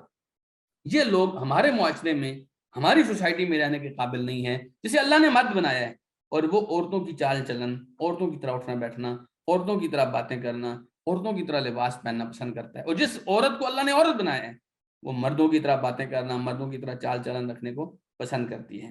دوسری حدیث سنی، حضرت ابو ہریرہ رضی اللہ تعالی عنہ فرماتے ہیں کہ لعن رسول اللہ صلی اللہ علیہ وسلم الرجل یلبس لبسۃ المرأة والمرأة تلبس لبسۃ الرجل، اللہ تعالیٰ نے اس آدمی کے اوپر، اس مرد کے اوپر لعنت کی ہے جو عورت کا لباس پہنتی ہے، اور اس عورت کے اوپر اللہ تعالیٰ نے لعنت کی ہے جو مرد کا لباس پہنتی ہے۔ یہاں لباس کا میں نے لفظ استعمال کیا، وگرنہ اس حدیث کے معنی میں وضع قطع آتا ہے، جو مرد عورتوں کی وضع قطع رکھتا ہے اور جو عورت مردوں کی وضع قطع رکھتی ہے، اللہ کے رسول صلی اللہ علیہ وسلم نے اس کے اوپر لعنت کی۔ اور لعنت کا مطلب یہ ہے کہ اللہ سبحانہ و تعالیٰ آپ کو قیامت کے دن اپنی رحمت سے محروم کرے گا۔ یعنی لعنت کا مطلب یہ ہے جو آدمی اللہ کی رحمت سے بہت دور ہو گیا، تو ان لوگوں کے اوپر اللہ کے رسول صلی اللہ علیہ وسلم نے لعنت کی ہے، جو اپنی جن سے راضی نہیں ہیں اور جن سے مخالف کی وضع قطع اور ان کا بناؤ سنگھار کر کے رکھتے ہیں۔ اور اس میں ہر طرح کے لوگ شامل ہیں، چاہے وہ بعض لوگ مذہبی طور پر ایسے جھلے بنے ہوتے ہیں کہ وہ عورتوں والی نمائش دے رہے ہوتے ہیں، ہر طرح کے لوگ اس لعنت کے اندر شامل، اللہ سبحانہ تعالیٰ ہمیں محفوظ رکھے۔ اچھا، دوسری جو بات ہے قوم لوط کا عمل، اس کو لواطت بھی کہتے ہیں، اس کو گیزم بھی کہتے ہیں انگلش میں، اور اسی یہ ایل جی کے اندر جو جی ہے وہ اسی مقصد کے لیے ہے کہ قوم لوط کا عمل۔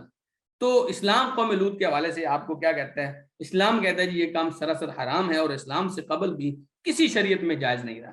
ایسا نہیں کہ صرف اسلام نے اس کو حرام کیا، انسانوں کی آمد سے آدم علیہ السلام سے لے کر آج تک اور قیامت تک یہ عمل کبھی بھی اسلام نے یا کسی بھی دین نے جائز قرار نہیں دیا، جو عمل یہ لوگ کر رہے ہیں۔ دیکھیے ذرا لوط علیہ السلام کی قوم کا حال دیکھیے، اللہ سبحانہ و تعالیٰ نے سورہ اعراف میں فرمایا بلوطا اذ قال لقومه اتأتون الفاحشة ما سبقكم بها من احد من العالمین، لوط علیہ السلام نے جب اپنی قوم سے کہا کہ تم ایسی فحاشی کا کام کر رہے ہو کہ تم سے پہلے یہ کام کسی جہان والے نے کبھی نہیں کیا، انکم لتأتون الرجال شہوة من دون النساء، تم مردوں سے اپنی شہوت کے لیے آتے ہو اور عورتوں کو چھوڑ دیتے ہو، بل انتم قوم مسرفون، بلکہ تم زیادتی کر رہے ہو۔ وما كان جواب قوم الا ان قالوا اخرجوهم من قريتكم انهم اناس يتطهرون، اور ان کی قوم کا جواب کیا تھا؟ صرف یہ جواب تھا کہ ان کو گھروں سے نکال دو، یہ لوگ پاک باز بننا چاہتے ہیں۔ فانجیناہ واہلہ الا امرأتہ کانت من الغابرین، ہم نے اسے بھی نکال دیا اور اس کی عورت کو بھی نکال دیا۔ یہ لوگ پیچھے، یہ عورت جو ہے، یہ اللہ سبحانہ تعالیٰ نے ہم نے اسے نجات دی، اس کے گھر والوں کو بھی نجات دی سوائے اس کی عورت کے، وہ پیچھے رہنے والوں میں سے تھی۔ وامطرنا علیہم مطرا، اور ان کی قوم کے اوپر ہم نے بارش برسائی۔ فانظر کیف کان عاقبۃ المجرمین، آپ دیکھیں ان کی مجرموں کا حال کیسا ہوا۔ بارش سے مراد یہاں پر پتھروں کی بارش تھی جو اللہ سبحانہ تعالیٰ نے برسائی۔ دوسری آیت دیکھیے قوم لوط کے بارے میں، فرمایا اللہ سبحانہ و تعالیٰ نے لعمرک انہم لفی سکرتہم یعمہون، تیری عمر کی قسم یہ لوگ اپنے نشے میں دھت تھے۔ فاخذتہم الصیحۃ مشرقین، صبح کے وقت ہی ایک چیخ نے انہیں آ لیا۔ فجعلنا عالیہا سافلہا، چنانچہ ہم نے اس کا اوپر والا حصہ نیچے کر دیا۔ وامطرنا علیہم حجارۃ من سجیل، اور ہم نے ان کے اوپر کھنگر والے یعنی نوک دار پتھر برسائے۔ ان فی ذلک لآیات للمتوسمین، اگر کوئی گہرائی سے غور کرے تو اس میں اس کے لیے بہت نشانیاں ہیں. وَإِنَّهَا لَبِسَبِيلٍ مُقِيمٍ، اور یہ جو بستی تھی یہ راستے میں پڑتی ہے، مدینے سے شام جاتے ہوئے نا یہ بستی راستے میں پڑتی ہے. اللہ سبحانہ و تعالیٰ نے فرمایا اتنے گندے اتنے دھت تھے اس نشے میں، لونڈے بازی کے نشے میں، کہ ایک چیخ آئی اور ان سب کو برباد کر دیا. 3 طرح کی سزائیں یہاں پر ذکر کی ہیں. ایک تو چیخ آئی، دوسری یہ کہ ان کو اللہ سبحانہ تعالیٰ نے تہو بالا کر دیا، یعنی ان کو آسمانوں پر اٹھایا.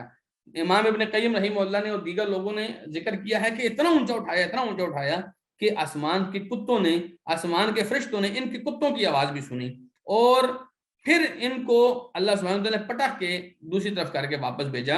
اتنا زیادہ ان کو تکلیف ہوئی.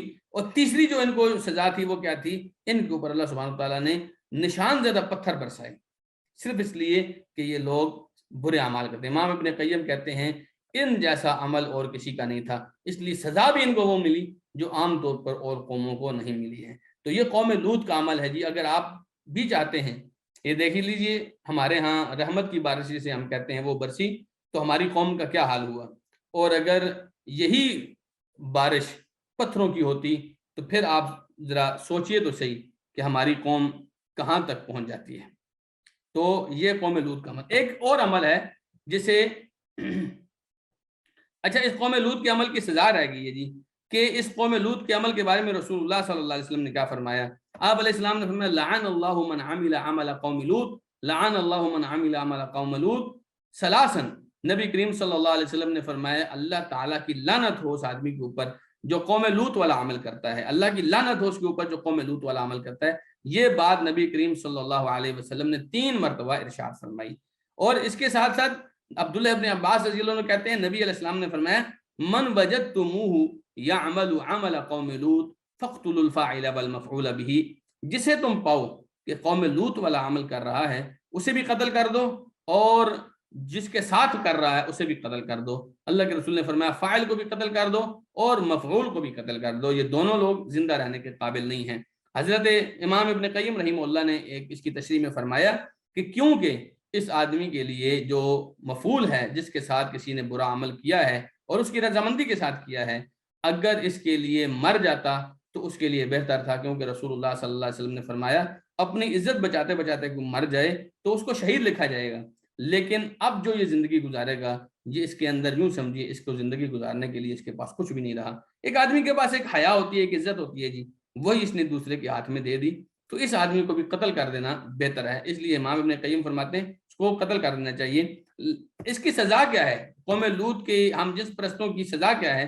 صحابہ کرام کا اجماع ہے کہ ایسے شخص کو قتل کر دیا جائے، مطلب کوئی صحابی سے اختلاف نہیں کرتا اس کو قتل نہ کیا جائے. البتہ اس کیفیت میں اختلاف ہے کہ اس کو قتل کیسے کیا جائے گا. کچھ صحابہ کرام جن میں حضرت علی رضی اللہ عنہ ہیں وہ ان کے نزدیک یہ ہے کہ اس کو جلا دیا جائے. حضرت عبداللہ ابن عباس رضی اللہ عنہ کے نزدیک یہ ہے کہ اس کو اوپر سے اونچی جگہ سے پھینکا جائے اور پھینکنے کے بعد اوپر سے ہی اس کو پتھر مارے جائے. جو ہی اس کو دھکا دیا اور اوپر سے اس کے اوپر پتھر برسانا شروع کر دیے، اس کو یہ دگنی سزا دی جائے. اور تیسرے ایک قول کے مطابق اس کی زانی کی طرح اس کو پتھر مار مار کر سنسار کر کے اس کو قتل کر دیا جائے. یہ 3 سزائیں جو ہیں وہ ان لوگوں کے لیے. امام ابن قیم رحمہ اللہ فرماتے ہیں کہ اس بات میں اختلاف ہے کہ کیا اس کی سزا زانی کی طرح ہوگی یا زانی سے بڑھ کر ہوگی یا زانی سے کم ہوگی.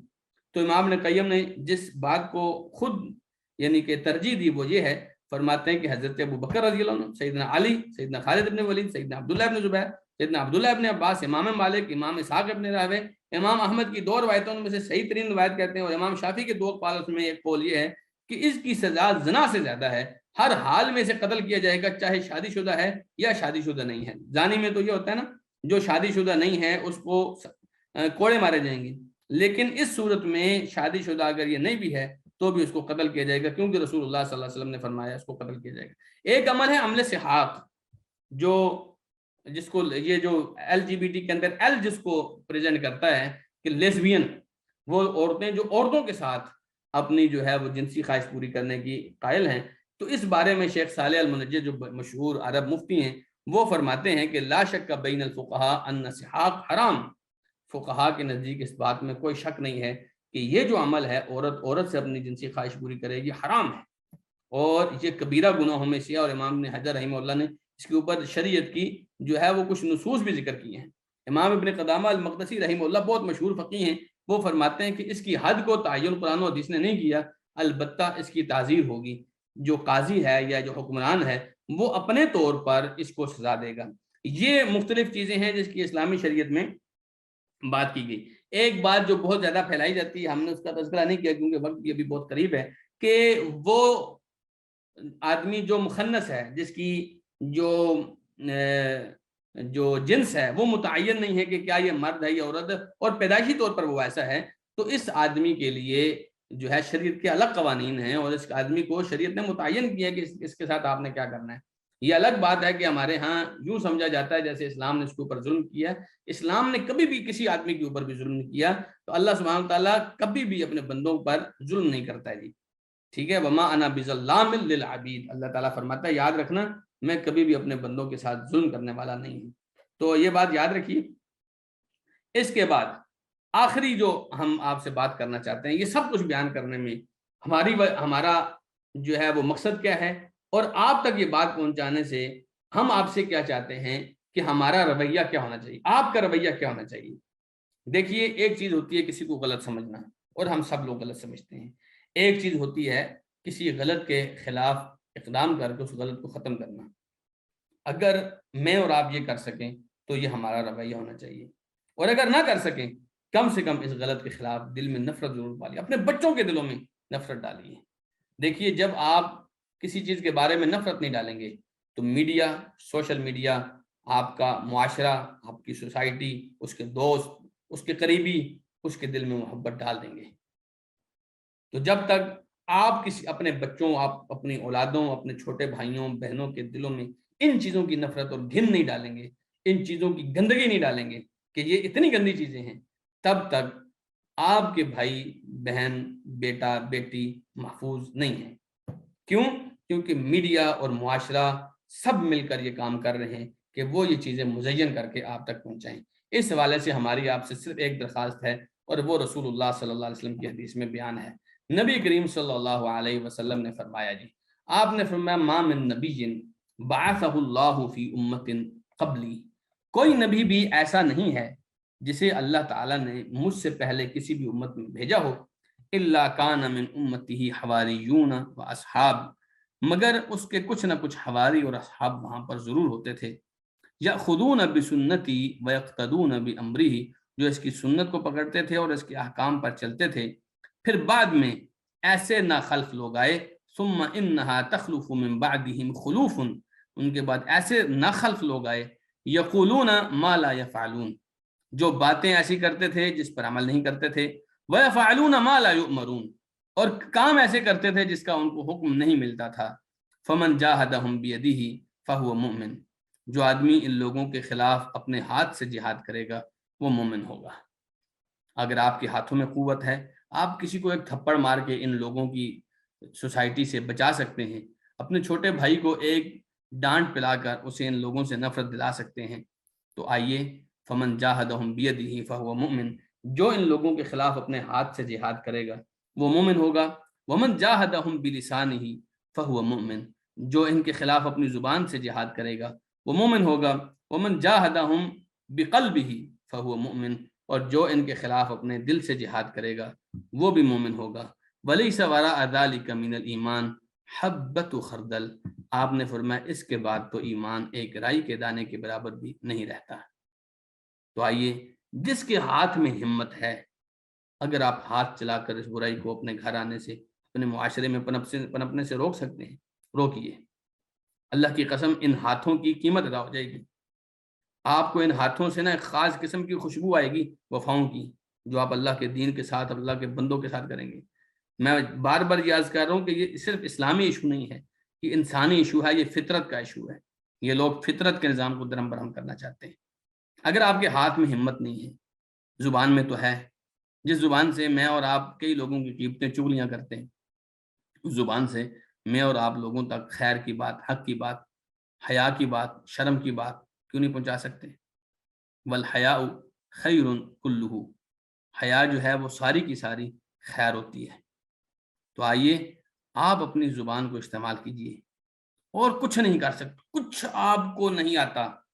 آپ اتنا بھی نہیں کہہ سکتے اپنے کسی بھائی کو، بیٹے کو، بہن کو، بیٹی کو، دوست کو بٹھا کر ہماری یہ جو کلاس اگر آپ کو پسند آئی ہے آپ صرف یہی سنوا دیں، صرف اتنا کام کر دیں. ممکن ہے اس کلاس کے بعد یا اس ساری تفصیلات کے بعد لوگوں تک حقیقت پہنچ جائے، لیکن لوگوں کو ابھی تک حقیقت کا اندازہ نہیں ہے. تو آپ اپنی زبان کو استعمال کیجیے. جہاد ہے یہ، اللہ کے رسول صلی اللہ علیہ وسلم اس کو جہاد قرار دیا زبان کا. اچھا بعض لوگوں آپ کہیں پر اپنی زبان نہ چلا سکیں، ومن جاہدہم بقلبہ فہو مؤمن، اپنے دل سے جہاد کریں. جیسے آپ ہاتھ سے لڑتے ہیں، جیسے زبان سے تکرار کرتے ہیں، ایسے دل میں نفرت بٹھائیں ان لوگوں کی، دل میں ایک کڑن اور جلن ہو کہ اللہ تو مجھے جب بھی توفیق دے میں ان لوگوں کو نیست و نابود کر دوں. یقین جانیے آپ کے دل میں ایمان کی چنگاری باقی رہے گی.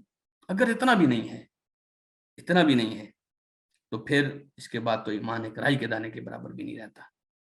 کوشش کیجیے جہاں ہاتھ چلتا ہے، جہاں ہاتھ پڑتا ہے ہاتھ ڈالیے، اس برائی کو روکیے. آپ کا معاشرہ بچ جائے گا، آپ کی سوسائٹی بچ جائے گی، آپ کا دین بچ جائے گا. جہاں ہاتھ نہیں چل پا رہا اپنی زبان کو چلائیے. یہ زبان اللہ نے اپنے دین کے لیے دی ہے. فمن احسن قولا ممن دعا الی اللہ، اس آدمی سے بہتر بات ہو کس کی سکتی ہے جو لوگوں کو اللہ کی طرف بلاتا ہے. وعمل صالحا وقال اننی من المسلمین، نیک عمل کرتا ہے اور لوگوں کو برملا کہتا ہے میں اللہ کا فرما بردار ہوں، میں تمہارے ساتھ نہیں ہوں. تو زبان کو استعمال کیجیے. اگر زبان بھی نہیں ہے اپنے دل کو جلائیے ان کافروں کے خلاف، اپنے دل میں آگ رکھیے ان طاغوتوں کے خلاف، اس دجالی ایجنڈے کے خلاف. آپ کی بربادی کا جو پلان لے کے آئے ہیں آپ ان کی بربادی کا دل میں پلان بنائیے. اللہ سبحانہ و تعالی ہمارا حامی و ناصر ہو. اسی پر اکتفا کرتے ہیں. آپ لوگوں کے پاس مجال مفتوح ہے، جو بھائی جو بہن سوال کرنا چاہیں. چونکہ ہمارے معاشرے میں یہ رویہ پنپتا جا رہا ہے، ضروری ہے کہ بہت سارے لوگ آپ سے بات کریں، آپ سے ملیں، آپ کو دلائل دیں. تو آپ کا کوئی سوال ہو کسی قسم کا تو وہ آپ ہم سے پوچھ سکتے ہیں. واٹس ایپ گروپس میں ہماری آج کی اس کلاس کی ریکارڈنگز بھی دی جائیں گی انشاءاللہ العزیز. آپ یہ ریکارڈنگز بھی سن سکتے ہیں. اور اسی طریقے سے فیس بک پر بھی یہ ہماری انشاءاللہ العزیز یہ ریکارڈنگ جو ہے وہ موجود ہوگی فیس بک پیج کے اوپر. آپ وہاں سے بھی اس کو دیکھ سکتے ہیں. خاص طور پہ جب آپ فیس بک پہ دیکھیں گے تو زیادہ بہتر اس لیے بھی ہے کہ وہاں پر آپ کو سلائڈز بھی ساتھ ساتھ ملیں گی. آپ کو صرف سلائڈز چاہیے اور دلائل چاہیے، یہ سلائڈز اور دلائل بھی آپ کو ایک واٹس ایپ میسج کرنے پر مل جائیں گی. ہم چاہتے ہیں یہ ایک تحریک ہو جس میں آپ سب کا خون پسینہ پیسہ جو کچھ لگ سکتا ہے وہ لگے، اور آپ اپنے معاشرے کو دجال سے ان برے کاموں سے بچا سکیں. یقین جانیے آپ کی اٹھائی ہوئی ایک آواز پتہ نہیں کتنے لوگوں کی گھروں کی عزتوں کو بچا سکتی ہے. اللہ تعالی ہماری مدد فرمائے. جزاکم اللہ خیرہ. السلام علیکم ورحمۃ اللہ وبرکاتہ. اب میں آپ لوگوں کے لیے مائکس وغیرہ بھی کھول رہا ہوں، آپ اپنے سوالات بھی انشاءاللہ کر سکتے ہیں.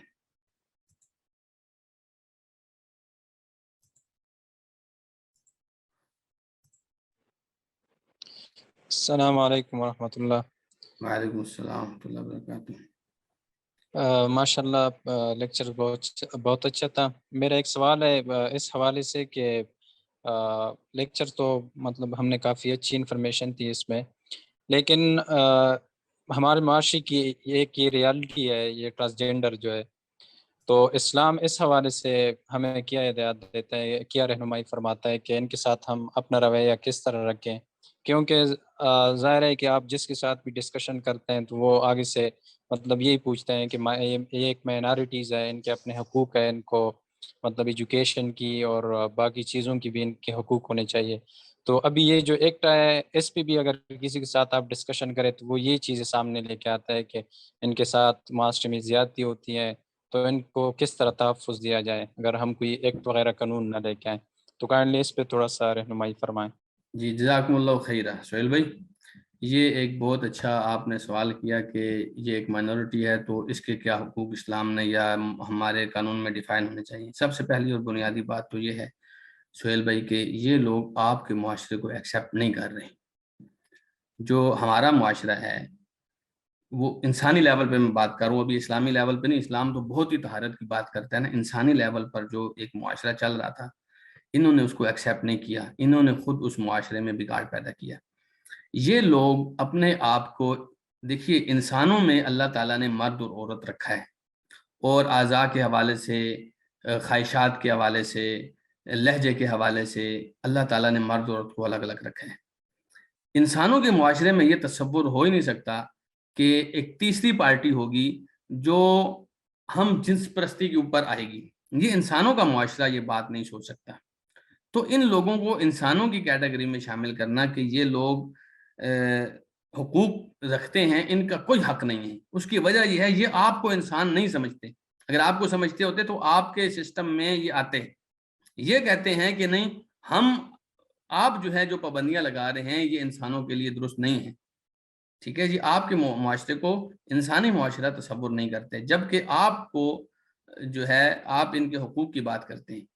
اچھا، ان کے ساتھ آپ کا کیا رویہ ہونا چاہیے؟ حق تو ان کا کوئی بھی نہیں ہے جی، یہ طے شدہ بات ہے۔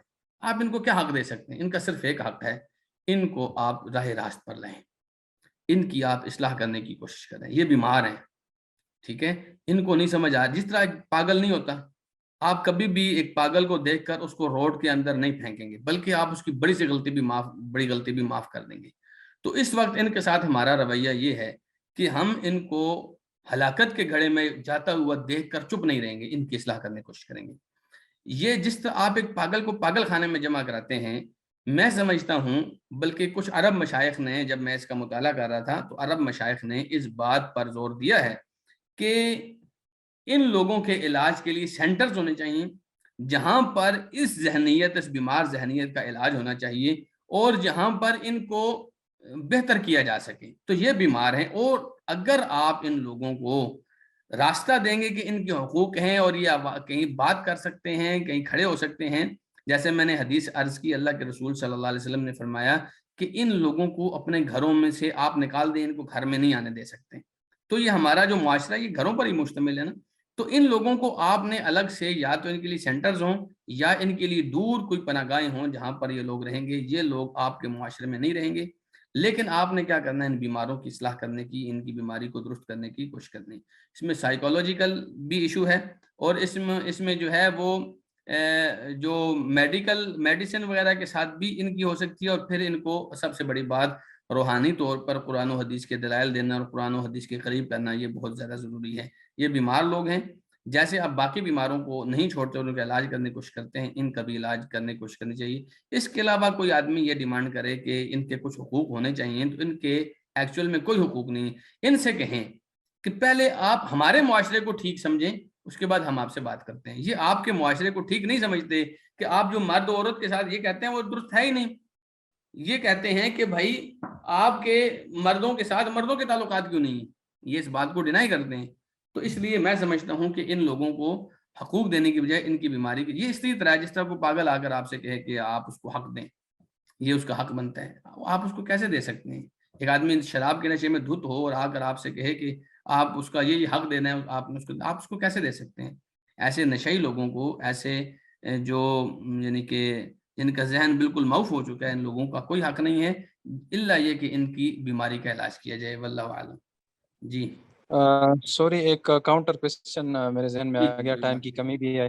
تو ایکچوئل یہ جو ٹرانسجینڈر ہے، جو کہ انٹرسیکس ہے، مطلب نہ کسی مرد کیٹیگری میں آپ اس کو رکھ سکتے ہیں نہ عورت، یہ بھی ایک ریالٹی ہے کہ ہمارے مطلب اپنی معاشرے میں اس طرح کی کیسز آ جاتے ہیں۔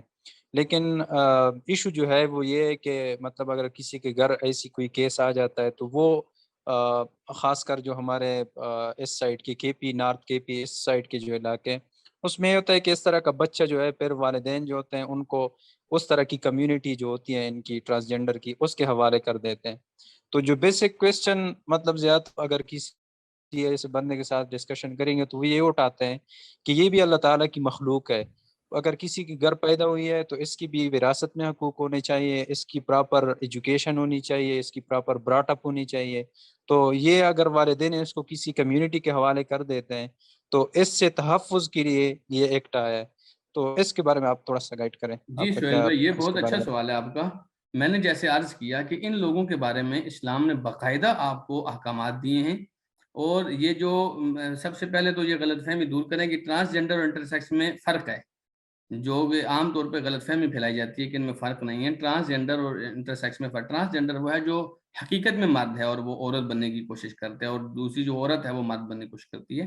جبکہ انٹرسیکس یہ ہے کہ علماء نے لکھا ہے کہ دو صورتیں ہو سکتی ہیں. ایک تو یہ ہو سکتی ہے کہ اس کی دو شرمگاہیں ہیں, ایک مردوں والی اور ایک عورتوں والی, یا اس کی دونوں نہیں ہیں, مردوں والی اور عورتوں والی, صرف پیشاب کرنے کا اس کا راستہ بنا ہوا ہے. تو اس صورت میں یہ انٹرسیکس ہیں, ٹھیک ہے. وگرنہ بعض لوگ ہوتے ہیں جن میں نامردی ہوتی ہے. میں چاہتا تھا کہ اس کے اوپر ڈسکس کروں, لیکن ایک تو وقت نہیں تھا, دوسرا یہ کہ یہ طے شدہ باتیں میں سمجھتا تھا کہ یہ علماء سے پوچھی جا سکتی ہیں, اور علماء یہ باتیں مدرسوں میں پڑھاتے بھی. سب سے پہلی اور بنیادی بات یہ ہے کہ یہ تعین کریں کہ یہ انٹرسیکس ہیں یا نامرد ہیں. بعض لوگ نامرد ہوتے ہیں, یعنی ان کے اعضائے تناسل کام نہیں کرتے, تو وہ اپنے آپ کو اس مخنث کے شعبے میں یا انٹرسیکس کے شعبے میں ڈالنے کی کوشش کرتے ہیں. وہ ایسا نہیں ہے. یا تو اس کا علاج کرایا جائے, یا علاج نہ بھی ہو سکے تو وہ رہے گا مرد ہی, اگر جو اس کے اندر جو جنسی مردانہ چیز ہے وہ اس کے اندر نہیں ہے, ٹھیک ہے. باقی اس کے اندر سارا کچھ مردوں والا ہے. تو علماء نے لکھا ہے کہ اس کو ٹوٹل جتنے حقوق ہیں مردوں والے اس کو وہ دیے جائیں گے. دوسری ایک عورت ہے جس کی عام طور پہ سارے معاملات عورتوں والے ہیں, لیکن جو پیدائشی اس کا کوئی ایسا ڈیفالٹ ہے جس کی وجہ سے وہ عورت مکمل عورت نہیں ہے, شادی کے قابل نہیں ہے, تو ایسا بھی کوئی مسئلہ نہیں, وہ عورتوں میں شمار ہوگی, اس کو وہی حقوق حاصل ہوں گے جو عورتوں کے ہیں. ہمارے ہاں مسئلہ یہ ہے کہ لوگ سمجھ رہے ہوتے ہیں اچھا اب ہم کیا کریں, یہ تو اسلام نے کچھ سکھایا نہیں ہے. لوگوں کی جہالت ہے. اسلام نے لوگوں کے بارے میں سارے احکامات دیے ہیں. صرف ایک جگہ پہ آ کے جہاں پر ایشو بنتا ہے وہ یہ ہے, ایک لفظ ہم استعمال کرتے ہیں عربی فقہ کے اندر, الخنثى المشکلہ.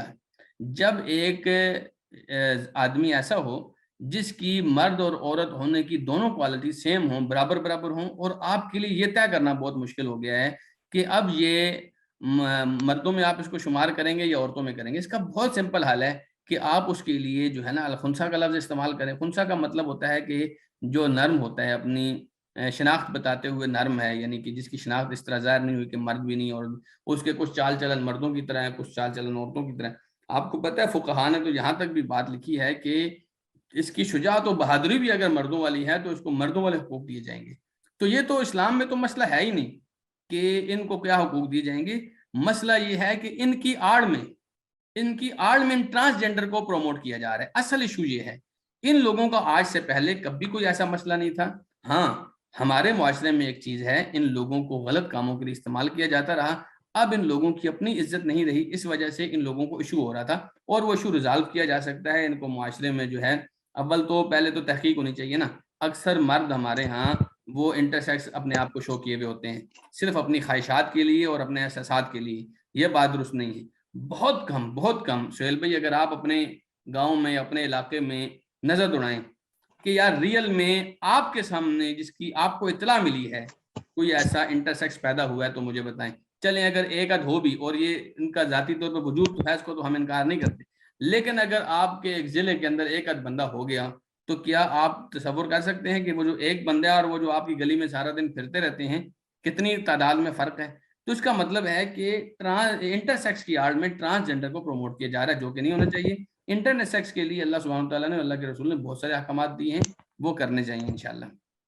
ہمارے پاس نا ایک حسن ابدال میں ایک بھائی ہیں, ہم ان کو ارشد بھائی کہتے ہیں. وہ پہلے اسی کیٹیگری کے آدمی تھے, لیکن اللہ تعالیٰ نے ان کی اصلاح کی. وہ ٹوٹل مردوں والے ہیں, ٹھیک ہے, اور اللہ سبحانہ تعالیٰ نے ان کی اصلاح کی. اب تو انہوں نے اپنی ایک مسجد بنائی ہوئی ہے جدھر ہم نے ایک امام رکھا ہوا ہے جو امامت وغیرہ کراتا ہے, بلکہ وہ خود کہتے ہیں کہ یار میں نا امامت زیادہ نہیں کراتا, یا میں, حالانکہ وہ دینی طور پہ بہت علم والے آدمی ہیں, لیکن کہتے نہیں کراتا کیونکہ ان کی ایک بیک گراؤنڈ ہے. تو بات کرنے کا مقصد یہ ہے کہ جو مطلب وقار والے لوگ ہیں نا وہ اپنے آپ کو سائڈ پہ کر لیتے ہیں. جو لوگ اپنی خواہشات کی خاطر انٹرسیکس بنے ہوئے ہیں وہ اصل میں انٹرسیکس نہیں ہوتے, وہ ٹرانسجینڈر ہوتے ہیں. تو ان لوگوں میں فرق کر کے حکومت کو چاہیے کہ جو اصل انٹرسیکس ہیں ان کے حقوق ضرور متعین کرنے, اور اسلام کے ساتھ اگر آپ مفتیوں کے ساتھ بیٹھیں تو ان سب لوگوں کے حقوق اللہ تعالیٰ نے دیے ہیں, اللہ کے رسول نے دیے ہیں. تو ہم آپ کو کتابیں لکھ کر دے سکتے ہیں, اتنے حقوق ہیں اسلام میں ان لوگوں کے لیے, کوئی ایسا مسئلہ نہیں انشاءاللہ. جی فرحان بھائی سوری میں ٹائم تھوڑا زیادہ لے رہا ہوں. ایک بس لاسٹ کوسچن میرا یہ ہے کہ یہ جو ایکٹ ابھی پاس ہوا ہے اس میں مطلب جو کچھ پولیٹیشین ہیں انہوں نے کچھ ترمیم لے کے آئے ہیں کہ اس کے لیے بورڈ ہونا چاہیے, بورڈ ڈیسائیڈ کریں کہ کون میل ہونا چاہیے، کول فیمیل ہونا چاہیے.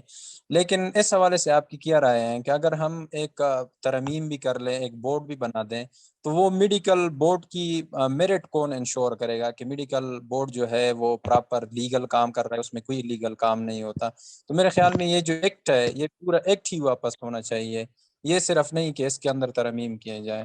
تو اس کے بارے میں آپ تھوڑا سا اپنا ذاتی رائے شیئر کریں. اور یہ میرا آخری کوشچن تھا، اور آپ نے جو ٹائم دیا اس کا بہت بہت شکریہ. جزاک اللہ خیر. سہیل بھائی ایسے ہے کہ یہ بات تو بالکل درست ہے کہ ایکٹ ہی پورا واپس ہونا چاہیے، لیکن پھر یہ لوگ آواز اٹھاتے ہیں نہیں پھر ان کے حقوق کدھر گئے؟ ٹھیک ہے، تو کیا آپ ان کو مخلوق نہیں سمجھتے یا ان کو انسان نہیں سمجھتے؟ تو ہم سمجھتے ہیں کہ یہ جو بورڈ بنے گا، آپ کو پتہ ہے مطلب آج بھی اگر آپ ایکٹ کے بات نہ بھی کریں تو بھی لوگ، جیسے کہ میں نے آپ بتایا کہ انٹرسیکس لوگ، ٹرانسجینڈر لوگ انٹرسیکس بنے ہوئے ہیں، تو اسی طرح بعد میں بھی ہوتا رہے گا. لیکن بورڈ میں یہ ہوگا جو انہوں نے سینیٹر مشتاق نے جو لوگ سجیسٹ کیے، ایک سائیکولوجیکل ماہر ہوگا، ایک آپ کا مطلب سرجیکل ماہر ہوگا، ایک آپ کا مذہبی رہنما ہوگا، ایک اس میں جج ہوگا. تو یہ جو 3-4 لوگ ہیں نا، تو مثلا ایک آدمی اگر غلطی کرنا بھی چاہے، فرض کو اس نے رشوت کھائی ہے یار کہ اس کو یہ بتائے گا، دوسرا سنبھالے گا، دوسرا تیسرا سنبھالے گا. اب اس کے بعد تو یہ آپشن رہ جاتا ہے کہ یعنی کوئی بھی اگر سارے ہی کرپٹ ہو گئے تو پھر کیا ہوگا؟ تو پھر تو یعنی کہ نظام تو ایسے ہی چلتا ہے، پورے پاکستان میں یہ کرپشن والا نظام چلتا ہے. لیکن اس میں بہتر سے بہتر بات یہی ہو سکتی ہے تاکہ اسلام پر بھی یہ لوگ اعتراض کرنے کے قابل نہ رہیں اور اسلام کے خلاف بھی یہ کام نہ کر سکیں انشاءاللہ. تو اس میں ترامیم جو ہے وہ بیسٹ آپشن مجھے نظر آتا ہے، واللہ عالم. جی جزاکم اللہ.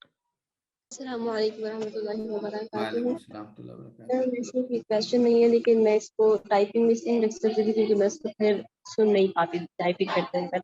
بس میں اس میں بس یہ کہنا چاہوں گی کہ ابھی ریسنٹلی ڈیلی پاکستان چینل کی طرف سے یوٹیوب پر ایک انٹرویو ڈالا گیا ہے. نعمان خان اس آدمی کا نام تھا جس نے اپنے آپ اپنی جنس چینج کروا کے استغفر اللہ نائرہ بنی ایسا کچھ انہوں نے وہ اس کا انٹرویو بڑے مزاحیہ انداز میں پیش کیا کہ پہلا یہ جو ہے نا انسان ہے، آدمی ہے. تو میری بس یہاں اس پلیٹ فارم سے اور اس پلیٹ فارم کے توسط سے باقی لوگوں سے یہ درخواست ہے کہ وہاں جا کر کامنٹ سیکشن میں اس چیز کی تردید کی جائے، اور جن لوگوں نے بھی سبسکرائب کیا تو ان چیز کو انسبسکرائب کریں، کیونکہ یہ شاید ریٹنگ کے ہی چکر ہوتے ہیں جن کی وجہ سے ان کو ان ایسے انٹرویوز کو پبلش کیا جاتا ہے. تو بس میری یہاں پہ یہ درخواست ہے. جزاک جی اللہ بہت خیر. شکریہ، بہت شکریہ بہن. جی اور کوئی سوال؟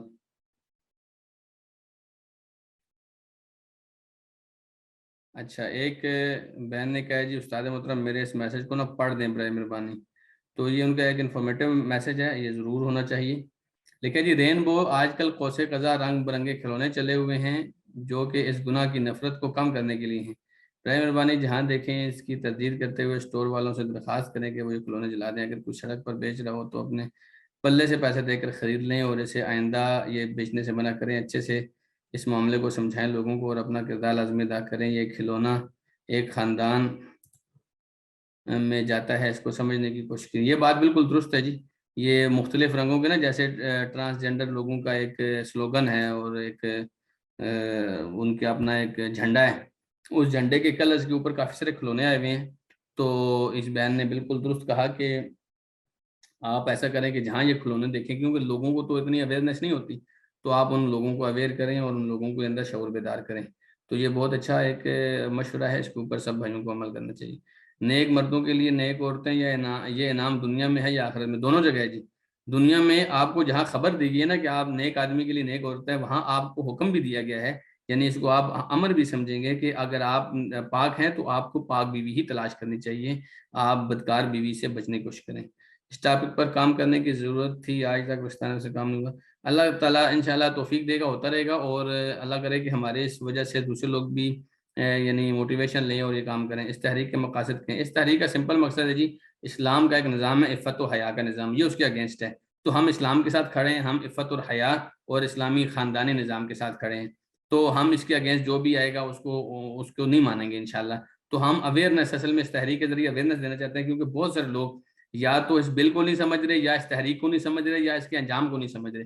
تو ہم یہ تینوں چیزیں لوگوں کے اندر جو ہے نا وہ پہنچانے کی کوشش کر رہے ہیں اس تحریک کے ذریعے سے، کہ لوگوں کو پتہ چلے کہ یہ جو کام چل رہا ہے یہ نقصان دہ ہو سکتا ہے. اور ہمیشہ ایسے ہی ہوا ہے شروع میں ایک ہوا چھوڑا گیا، پھر اس کے بعد اس کو تھوڑا سا عملی جامہ پہنایا گیا، کچھ لوگ آئے، یہ فیمنسٹ لوگ بھی آتے رہے، آپ کو پتہ ہے میرا جسم میری مرضی والے، اور یہ بڑھتے ہی چلے جا رہے ہیں. تو اس کو راستہ روکنے والے لوگ جب تک میدان میں نہیں آئیں گے تو یہ لوگ جو ہے یہ ایسے ہی بڑھتے چلے جائیں گے. تو جیسے یہ لوگ میڈیا کو استعمال کرتے ہیں تو ہم بھی اسی لیے میڈیا کو استعمال کرتے ہیں. اس لیے میری بار بار خواہش ہے کہ ہم اس چیز کو لوگوں تک پہنچائیں انشاءاللہ.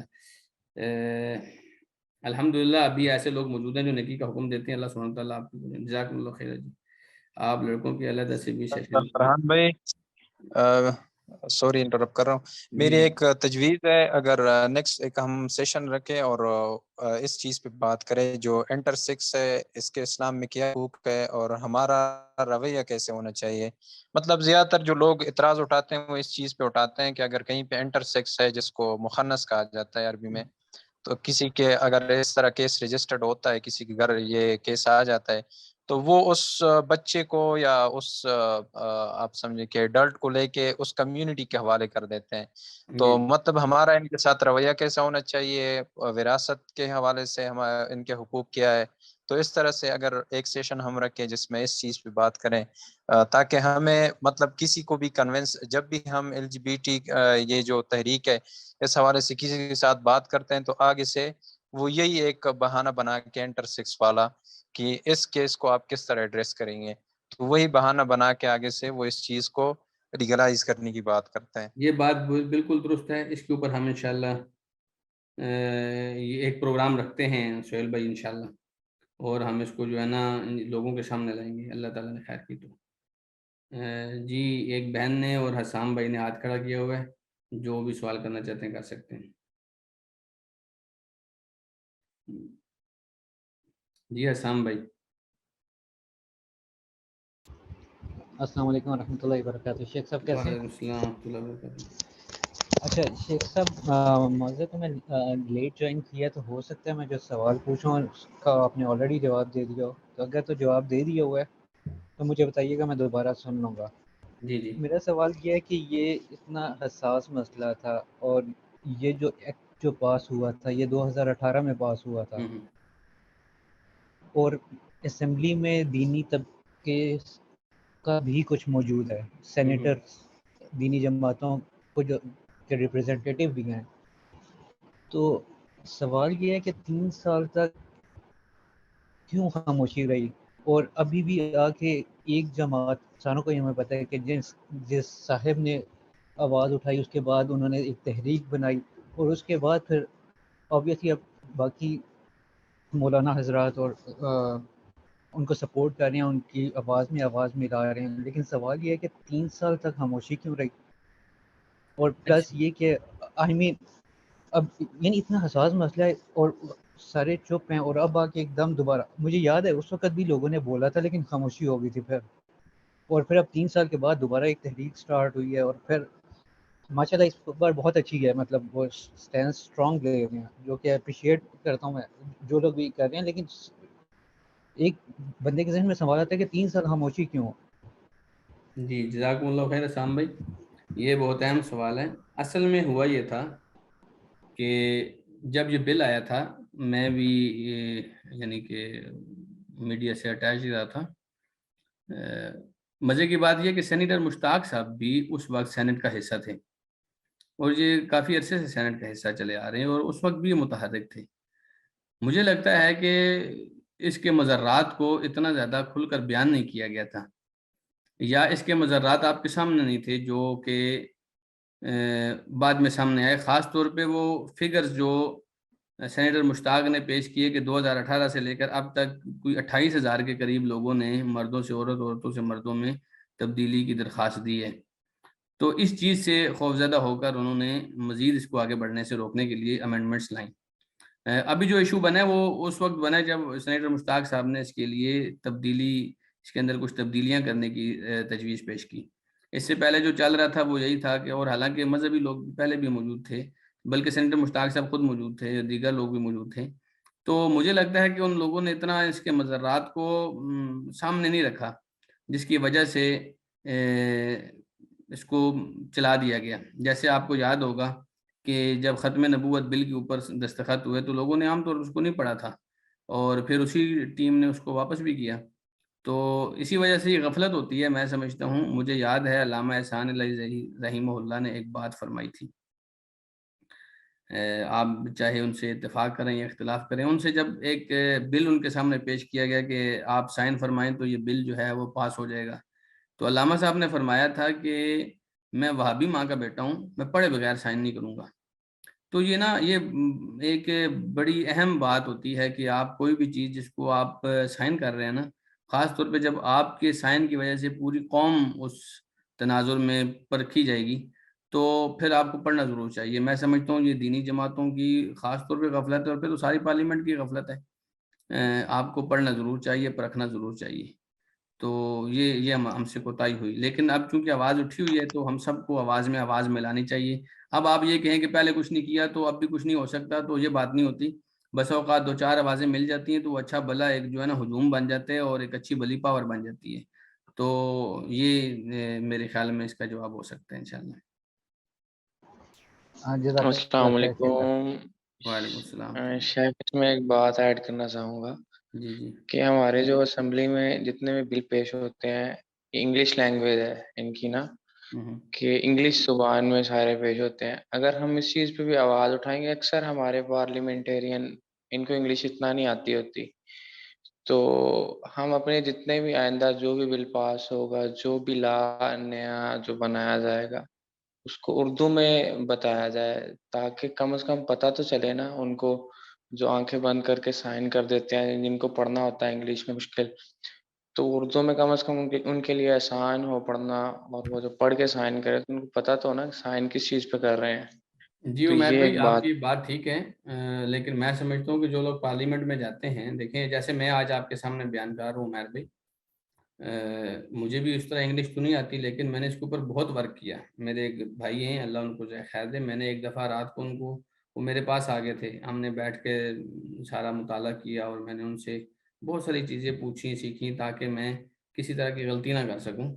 تو یہ بڑی بات ہوتی ہے. میں ایک دفعہ شیخ رشید کی کتاب پڑھا تھا. شیخ رشید نے اپنی زندگی کے اوپر ایک کتاب لکھی، اس میں اس نے لکھا کہ میں جب وزیر خارجہ تھا پرانے نواز شریف کے دور میں، تو کہنے لگا کہ میں جب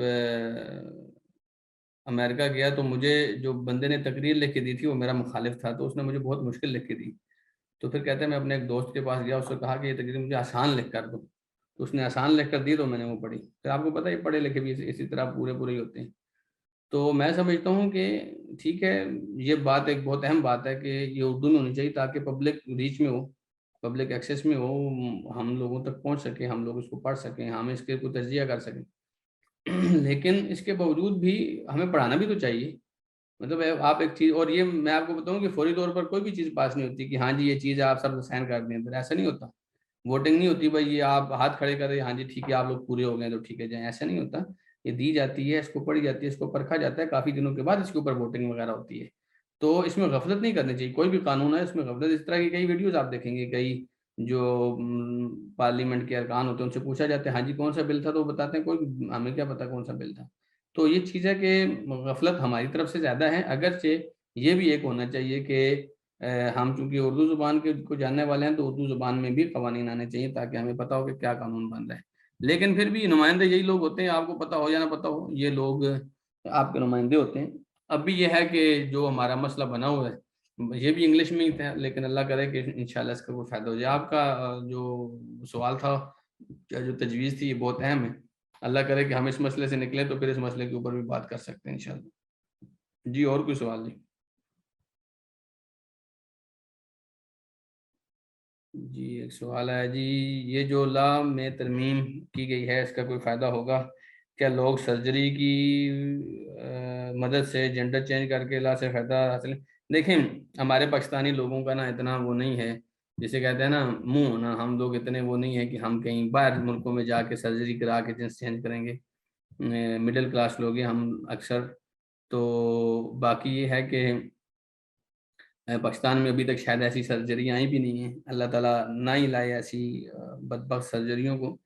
تو یہ بہت آگے کی لیول کا ایک پلان ہے جس کے اوپر یہ کام کر سکتے ہیں، لیکن اس وقت بھی ہم پھر اس کے اوپر پابندی بھی لگا سکتے ہیں. کوئی بھی آدمی جب باہر جائے گا تو جیسے کرونا ٹیسٹ کیا جاتا ہے یا اس کا کارڈ دیکھا جاتا ہے تو ایسا کارڈ بھی بنایا جا سکتا ہے, اس کے اوپر ترامیم مزید لائی جا سکتی ہیں انشاءاللہ. لیکن یہ ہو سکتا ہے, پاسبلٹی ہے اس کی کہ کوئی آدمی جینڈر چینج کرا کے آ کے بات کرے, تو اس کے اوپر بات کی جا سکتی ہے انشاءاللہ.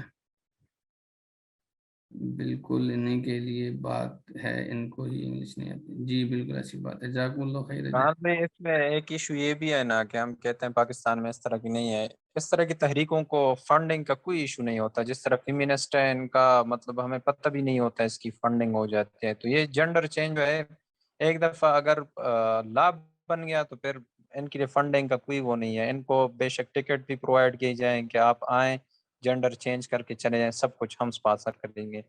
تو ایک ایشو ان کا یہ بھی ہے کہ اس طرح کی تحریکوں کے لیے فنڈنگ کا کوئی ایشو نہیں ہوتا.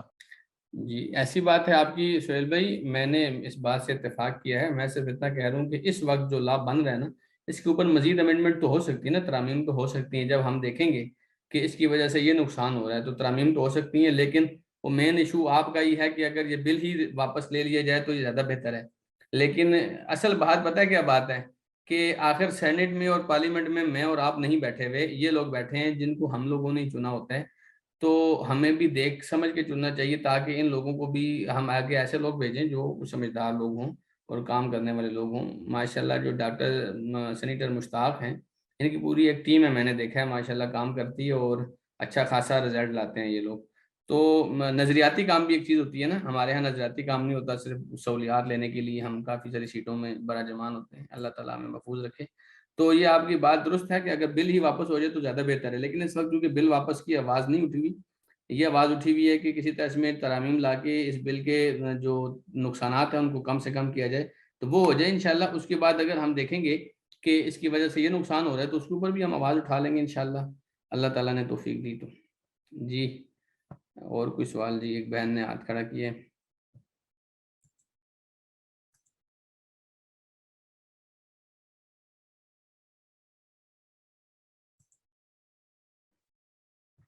اور کسی کا کوئی سوال ہے جی تو کر لیں, نہیں تو پھر ہم انشاءاللہ اس کلاس کو اینڈ کرتے ہیں. السلام علیکم. وعلیکم السلام. سر ایک بات نا میرے ذہن میں کافی عرصے سے ہے. پہلے تو یہ کہ میں ایڈوانس میں ایکسکیوز کر لوں, ہو سکتا ہے کچھ لوگوں کو برا لگے. سر یہ جب بلز وغیرہ بنتے ہیں, پیش ہوتے ہیں, یا جو اسمبلی میں سیٹس ہوتی ہیں, تو ان میں جو علماء کرام ہیں, ریلیجیس اسکالرس, ان کے بھی تو ایک کوٹا مختص ہوتا ہے نا. تو سر اکثر علماء کرام جو ہیں وہ اتنے زیادہ اسلامک اسٹڈی میں تو ماشاءاللہ سے بہت ایڈوانس ہوتے ہیں, لیکن وہ نا ان چیزوں کو نہیں اتنا ان کو پتہ ہوتا.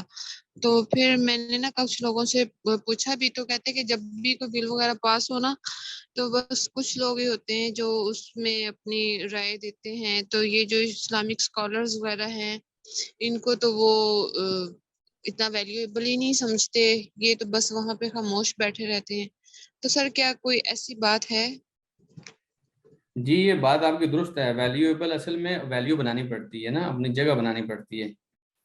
اس کو میں بہت زیادہ علماء کے خلاف تو بات نہیں کرتا, لیکن ایک ہمیں یعنی کہ شکوہ ضرور ہے اپنے لوگوں سے کہ آپ ہماری آواز ہوتے ہیں. آپ جب جاتے ہیں نا, ہمارے بڑے جب جاتے ہیں تو ہمارا سر فخر سے بلند ہوتا ہے کہ الحمدللہ کوئی جواب دینے والا ہے.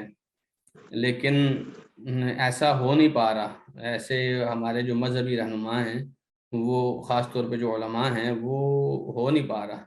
تو ایک تو یہ کہ یہ لوگ اپنی گیم پوری کرتے ہیں, اپنے نمبرز پورے کرتے ہیں, اور ان لوگوں کو ایسا سائڈ پہ لگاتے ہیں, ان کو کوئی ایسی مصروفیت دے دیتے ہیں کہ یہ اس دن موجود ہی نہ ہوں جس دن یہ کام کر رہے ہوں. دوسری بات یہ ہے کہ آپ بھی تو ہوشیار ہونے چاہیے نا, کہ اتنے ہوشیار تو ہونے چاہیے کہ آپ کو پتہ چلے کہ کہاں پر آپ کو استعمال کیا جا رہا ہے اور کہاں پہ آپ کو چھٹی کرائی جا رہی ہے. تو میں سمجھتا ہوں کہ یہ آخرکار ہماری غفلت ہے, آخرکار ہماری ٹیم کی کمزوری, آخرکار ہمارے جو ہے وہ جو ورک ہے اس کی کمی ہے. اگر ہمارے پاس ورک پورا ہو, ہمارے پاس سوچنے والے دماغ پورے ہوں, اور ہمارے پاس ٹیم ہو کام کرنے والی, تو پھر کوئی ایسے جیسے یہ لوگ کرتے ہیں اپنی پلاننگ کے ساتھ آپ کو سائڈ پہ لگاتے ہیں, جی ہم نے قانون پاس کرانا ہے تو حضرت صاحب کو سائڈ پہ کرو, تو آپ اس سے زیادہ مضبوط ہو کے سینٹ میں جا رہے ہوں کہ یہ لوگ آپ کے خلاف پلاننگ کر رہے ہیں, اسلام کے خلاف پلاننگ کر رہے ہیں, تو آپ ان کے خلاف بھی تو کریں نا. یہ کیا بات ہوئی؟ آپ اتنے مطلب اتنے سادے لوگوں کا سینٹ میں کیا کام ہے؟ تو میں سمجھتا ہوں یہ شکوہ ہمارا برقرار ہے، اگرچہ ہم گستاخی کی حد تک تو بات نہیں کرتے، لیکن اپنے لوگوں سے شکوہ کیا جاتا ہے۔ اللہ تعالیٰ کرے کہ ہمارے پاس اتنے متحرک لوگ ہوں کہ ہم ان سے دین کا کام لے سکیں اور اچھے جو قوانین ہیں وہ بنوا سکیں۔ جی سر ایک بات، سر ایک دفعہ نا میں نے ہسٹری میں پڑھا تھا کہ 1857 کے ایرا میں جو ریلیجیس اسکالرز ہوتے تھے نا، ان کو سارے سبجیکٹس پڑھائے جاتے تھے، چاہے وہ کوئی کرنٹ افیئر ہے کہ یا کوئی لنگوسٹکس کا ہے، لیکن آہستہ آہستہ یہ سائنس کے سبجیکٹس اور لنگوسٹکس اسپیشلی جو ہے ان سے سلیبس سے ختم کرتے گئے، اور آج جو ہے نا سب سے بڑا جو المیہ ہے اسلامک اسکالرس کے لیے وہ لینگویج ہی ہے۔ ان کو لینگویج کی طرف اتنی انٹرسٹ نہیں دی جاتی ہے، بہت سے ایسی وہ کی جاتے ہیں، ہرڈلس کریٹ کیے جاتے ہیں کہ بس یہ ایک تو فائنانس کے بہت مسائل میں گھرے رہے ہیں، اور دوسرا یہی لینگویج بیریئر جو ہے یہ ان کے لیے بہت بڑا وہ مسئلہ بن جائے۔ تو سر پھر یہ اس طرح سے اس کو ختم نہیں کر سکتے کہ یہ چیزیں دیکھیں، حل یہ ہو بات جائیں؟ آپ کی بالکل درست ہے، میں یہی عرض کر رہا ہوں نا کہ جیسے آپ نے ایک تو آپ نے رکھا کہ سیاست یہ لوگ نہیں کرنا جانتے، یہ بات بالکل درست ہے، میں وہی تو بات کر رہا ہوں کہ اگرچہ آپ نمائندے ہیں لیکن پیچھے آپ کی ایک ٹیم ہو جو سیاست کرنا جانتی ہو، جس کو پتہ ہو کہ آپ نے کیا کرنا ہے۔ دیکھیے نا، یہ اب نواز شریف لوگ کیا کرتے ہیں، یہ اب آپ صدر عارف علوی کو دیکھ لیں، مطلب یہ صدر ہے لیکن اس کے اختیار میں تو کچھ بھی نہیں ہے، لیکن پیچھے یہ نواز شریف لوگ، یہ پوری ایک ٹیم ہے نا جو کام کر رہی ہے۔ تو آپ کے پاس بھی ایک ٹیم ہو جو کام کر رہی ہو، اور وہ آپ کو رائٹ لیفٹ سب سے بتا رہی ہو کہ یہاں پہ آپ کے ساتھ کیا ہونے جا رہا ہے، ٹھیک ہے، آپ اتنے ہوشیار ہوں، آپ کے اتنے لوگ ہوں، ایک تو لینگویج بیریئر جو ہے کوئی بات نہیں، آپ لینگویج اپنی درست کریں، یہی چیزیں محنت کرنے والی ہوتی ہیں، یہ جگہ ہوتی ہیں جہاں پہ آپ نے اپنا لوہا منوانا ہوتا ہے، اور وہیں پہ اگر ہم اپنا فیلئر شو کریں تو پھر تو کوئی فائدہ نہ ہوا سینٹ میں آپ کی اتنی موجودگی کا۔ مطلب آپ دیکھیں کافی سارے علماء ہیں سینٹ کے اندر جہاں سے یہ بل ہو کر آیا ہے، اس کے علاوہ تو پاس ہو ہی نہیں سکتا تھا، لیکن سب چپ ہیں، ٹھیک ہے، کسی کو پتہ بھی نہیں چلتا کہ کیا ہوا ہے۔ اور اب جب آواز اٹھی، دیکھیں جب ایک دفعہ آواز اٹھتی ہے تو پھر تو بہت سارے لوگ ساتھ شامل ہو ہی جاتے ہیں۔ تو میں سمجھتا ہوں کہ یہ آپ کی بات بالکل درست ہے، سیاست کے اوپر ہمیں باقاعدہ طور پر کورس کروانے چاہیے، سمجھانا چاہیے۔ امام ابن تیمیہ رحمہ اللہ کی کتاب ہے سیاست و شرعیہ، ٹھیک ہے، اور اس طرح اور بھی بہت سارے لوگوں کی کتاب ہے سیاست کے اوپر۔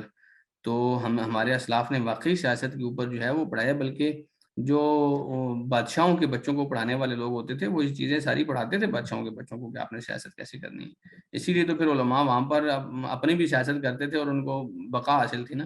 پھر جب ہم نے سادگی اختیار کرنی، پھر ایک سب سے بڑی بات یہ، ہمیں فرقوں نے بھی کافی ساری مات دی ہے، ہم اپنے فرقے کی ڈیفینڈ کرنے کے چکر میں اسلام کا ستیہ ناش کر بیٹھتے ہیں، اور ہم کہہ رہے ہوتے ہیں کہ ہم پاس ہو گئے، ہم جیت گئے۔ دیکھیے بالآخر یعنی کہ وہاں پر بھی کوئی نہ کوئی بندہ کھڑا ہی ہوتا ہے، دوسری حکومت والی سائڈ میں بھی آپ دیکھیں، جب بھی چاہے وہ جیسا بھی قانون بنے نا، کوئی نہ کوئی مولوی ان کے ساتھ بھی کھڑا ہی ہوتا ہے۔ تو یہ ایک بہت بڑے مسائل ہیں، ان مسائل کو حل کرنا چاہیے اور اس کے اوپر کام کرنا چاہیے۔ کتاب کا نام السیاست الشرعیہ ہے، السیاست الشرعیہ۔ جی فرحان بھائی، میرے ذہن میں ایک کوشچن ہے کہ فار آپ کے ایگزامپل ساتھ نا، پاکستان کا، آپ کے ساتھ سہیل بھائی مجھے ایک جو ہے نا پوڈ کاسٹ کرنی پڑے گی، آپ کی ماشاء اللہ انفارمیٹیو، آپ کے سوال بھی ہوتے ہیں اور تحریکی آدمی آپ، انشاءاللہ اس کے اوپر بھی کام کرنا چاہیے۔ جی ایک کوشچن یہ ہے کہ مطلب ڈسکشن ہو رہی تھی ایک ٹیچرز کے ساتھ، تو اس نے ایک کوشچن ریز کیا، ابھی تک میں اس کا سولوشن نہیں دے سکا۔ وہ کہہ رہا تھا کہ پاکستان جو ہے اس کو آلموسٹ بنے ہوئے 75 ایئرز، اور اس کا جو آئین ہے وہ پہلے 56 میں بنا ہے، تو یہ قانون کی ضرورت ابھی کیوں پڑی، پہلے کیوں نہ، مطلب 70 سال میں کیوں نہیں پڑی، ابھی 2018 میں یا 2022 میں کیا ایسا ہو گیا کہ یہ قانون ہونا چاہیے، یا یہ ریالٹی بن گئی کہ ہاں اس کے ان کے حقوق ہونے چاہیے؟ تو اس کے بارے میں تھوڑا سا۔ میں آپ کی بات نہیں سمجھا کہ یہ قانون ابھی کیوں بنا۔ جی سر، پاکستان کی جو آئین ہے نا وہ تو 56 کا بھی ہے، 62 کا بھی ہے، 73 کا بھی ہے، تو اتنے سال میں اس قانون کی، اس ایکٹ کی ضرورت کیوں نہیں پڑی دیکھیں جو اس آج کل؟ وقت وہی میں بتا رہا ہوں نا، اسی طریقے سے امریکہ 500 سال سے ہے، لیکن 1973 میں وہاں پر یہ قانون پاس ہوا۔ تو جب کوئی تحریک اٹھتی ہے، جب کوئی وہ ضرورت محسوس ہوتی ہے، تبھی کوئی نیا قانون لایا جاتا ہے نا۔ تو اسی وجہ سے یہ ہم جس پریس جو ہیں یہ ابھی اٹھے ہیں، یہ میں نے جیسے عرض کیا کہ یہ اصل میں انٹرسیکس لوگوں کا قانون ہے ہی نہیں، ان کو ضرورت نہیں تھی اس قانون کی۔ وہ لوگ تو بلکہ وہ جو ان کا چیئرمین ہے وہ تو اس کے اگینسٹ ہے کہ یہ جو قانون لایا، وہ کہتا ہے ہمارے حقوق پر ڈاکہ ڈالا گیا بھائی، ٹھیک ہے. تو ان لوگوں کو ضرورت نہیں تھی. نہ ہی آپ یوں کہیں کہ پہلے انٹرسیکس لوگوں کی آپ حقوق مارتے رہے اور ابھی آپ ان کو حقوق دینے یاد آئے ہیں. ایسا نہیں ہے. یہ اصل میں قانون جو ہے وہ ٹرانسجینڈرز کے لیے اور LGBTs کے لیے لایا جا رہا ہے, ان کا راستہ ہموار کیا جائے. تو ابھی ان کے آقاؤں نے ابھی ان کو کہا ہے, تو ابھی انہوں نے اپلائی کرنا شروع کر دی ہے. یہ کوئی ایسے انسانی ضرورت کا قانون نہیں ہے جو بنیادی ضرورت ہو اور پہلے سے بھی پہلے آپ نے یہ کام کیوں نہیں کیا. تو بات سمجھ رہے ہیں. یہ ابھی انہوں نے ایک ایجنڈا پیش کیا جس کے اوپر یہ ورک کر رہے ہیں. جی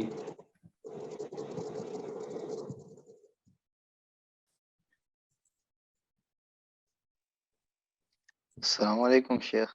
وعلیکم السلام ورحمۃ اللہ. شیخ صاحب یہ ایک سوال ذہن میں ہے. سوال کیا ہے بلکہ ایک نقطہ ہے جو لبرلز لوگ ہوتے ہیں نا عام طور پہ وہ اٹھاتے ہیں کہ کام وہ جب مطلب ناجائز ہوتا ہے یا غلط ہوتا ہے جس سے کسی کو کوئی تکلیف ہو. مثال چوری ہو گئی, ڈاکہ ہو گیا, قتل ہو گیا, اور یہ مطلب ہم جنس پرستی ہے یا یہ LGBTQ اس کے جو سارے کیٹیگریز ہے نا, اس سے تو کسی کو کوئی ایشو نہیں ہے, کوئی مسئلہ نہیں ہے, ایک انفرادی مسئلہ ہے. تو اس پہ کہا ہے مطلب کس لیے اعتراض ہے, کیوں اعتراض ہے اس پہ؟ یہ ایک اہم سوال جی آپ نے اٹھایا کہ ہم اس کے ساتھ جھگڑ کیوں رہے ہیں جبکہ ہمیں اس سے تکلیف ہی کوئی نہیں ہے. یہ سوال ہے نا آپ کا. سوال یہ جو ہے یہ لبرلز اٹھاتے کہ بالکل انفرادی لبرلز کا مسئلہ سوال ہے کسی نا کا یہ. تو ہم مطلب کیوں چھڑ رہے؟ جی جی جی جی اس میں بہت اہم بات یہ ہے کہ اصل میں ہمیں اس سے ڈائریکٹلی تکلیف ہے. کیوں نہیں ہمیں تکلیف اس سے؟ اس کی وجہ سے ہماری نسلیں خراب ہو جائیں گی اور ہو رہی ہیں. اس وجہ سے ہمیں اس سے تکلیف ہے. دیکھیں میں چاہتا ہوں میرا بیٹا جو ہے وہ انجینئر بنے, ایک دوسرا بندہ آ کے میرے بیٹے کے کان بھرنا شروع کر دیتا ہے تو مجھے تکلیف نہیں ہوگی کہ وہ آ کے کہتا ہے نہیں تو مولوی بن. لوگوں کو تکلیف ہوتی ہے کہ نہیں ہوتی؟ آپ دیکھیں کہ یہی بات اگر آپ ان لبرل سے پوچھیں کہ فرانس میں اگر ایک مسلمان عورت خود سے دوپٹہ پہنتی ہے, خود سے سکارف کرتی ہے, اپنے جسم کے اوپر اپنا لباس پہنتی ہے, تو آپ کو کیوں تکلیف ہوتی ہے؟ ٹھیک ہے. امریکہ میں ایک مسلمان اگر داڑھی رکھتا ہے تو اس سے امریکنز کو کیا تکلیف ہوتی ہے؟ بھائی کا کون سا داڑھی کی وجہ سے ان کے راستے میں اٹک گئی تھی, ایسے تو کوئی بات نہیں ہوتی نا. ان سے ان کو کیوں تکلیف ہوتی ہے؟ جب ایک مسلمان اپنی زبان سے کسی کو اسلام کی دعوت دیتا ہے تب ان کو کیوں تکلیف ہوتی ہے؟ ڈاکٹر ذاکر نائک نے ان کے ولیم کیمبر کو ہرایا تھا جب مناظرے کے اندر, تو اس نے اپنی زبان استعمال کی تھی اور ان کی دعوت پہ وہ گیا تھا امریکہ, اور امریکہ کے اندر اس کے اوپر پابندی لگی تھی. ان کو کیا تکلیف تھی؟ اگر پیس ٹی وی جو ہے وہ دنیا میں چل رہا ہے تو اس میں لوگوں کو کیا مسئلہ ہے بھائی؟ ٹھیک ہے, لیکن اس کے اندر ان کو تکلیف ہوتی ہے. اس کا مطلب ہے کہ ہم جو اپنی نسلوں کو بچانے کے لیے ایک ایفرٹ کر رہے ہیں تو ان کو لگتا ہے کہ یہ ایفرٹ غیر ضروری ہے لبرلز کے سوال کے مطابق. اور یہ جو اپنے آپ کو بچانے کے لیے یا اپنے معاشرے کو اسلام سے بچانے کے لیے ایفرٹ کر رہے ہیں تو ان کو لگتا ہے کہ وہ بہت ضروری ہے, اس کے بغیر تو وہ ترقی نہیں کر سکیں گے. تو یہ مطلب دوہرا معیار ہے نا ان لوگوں کا.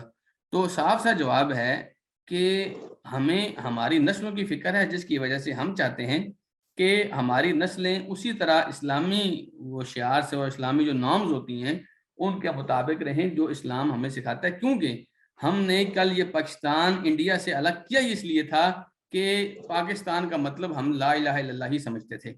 تو لا الہ الا اللہ کے بغیر کچھ بھی ہوگا ہم اس کو نہیں مانیں گے, کیونکہ ہم لوگوں نے بہت قربانیاں دی ہیں اس کے لیے. تو ایک چیز آپ نے اتنی ایفرٹس کے ساتھ, اتنی اسٹرگل کے ساتھ, اتنی جدوجہد کے ساتھ حاصل کی ہو تو اتنی آسانی سے کوئی آگے کہے جی آپ کو کیا تکلیف ہے, تو ایسا نہیں ہے, ایسا بالکل بھی نہیں ہے. ہمیں تکلیف ہے. دیکھیے جب آپ کا پڑوسی اس کے گھر میں آگ لگی اور آپ جا کے آگ بجھائیں تو وہ آپ سے یہ سوال نہیں کر سکتا کہ آپ کو کیا تکلیف ہے. آپ کہیں گے مجھے تکلیف ہے بھائی, آج تیرا گھر جل رہا ہے, کل میرا جلے گا. ٹھیک ہے نا. تو ہمیں یہ تکلیف ہے, ہم اپنی نسلوں کی کو بچانے کے لیے, جس طرح یہ لوگ لانگ ٹرم پلاننگ کرتے ہیں ہم شارٹ ٹرم پلاننگ بھی نہیں کرنے دیتے ہمیں. تو ہمیں تکلیف ہے, ہم اپنی نسلوں کو اتنا خراب اپنی آنکھوں کے سامنے نہیں دیکھنا چاہتے. باقی تو اللہ کی مرضیاں ہوتی ہیں جی. بعض اوقات باپ اتنا نیک ہوتا ہے, بیٹا اتنا خراب ہو جاتا ہے, لیکن جہاں تک ہم کر سکتے ہیں ہمیں اپنے اسلامی معاشرے کو بچانے کے لیے, اپنے انسانی معاشرے کو بچانے کے لیے اسٹرگل کرنی پڑے گی. جزاک اللہ خیر. بارک اللہ. اور کوئی سوال جی؟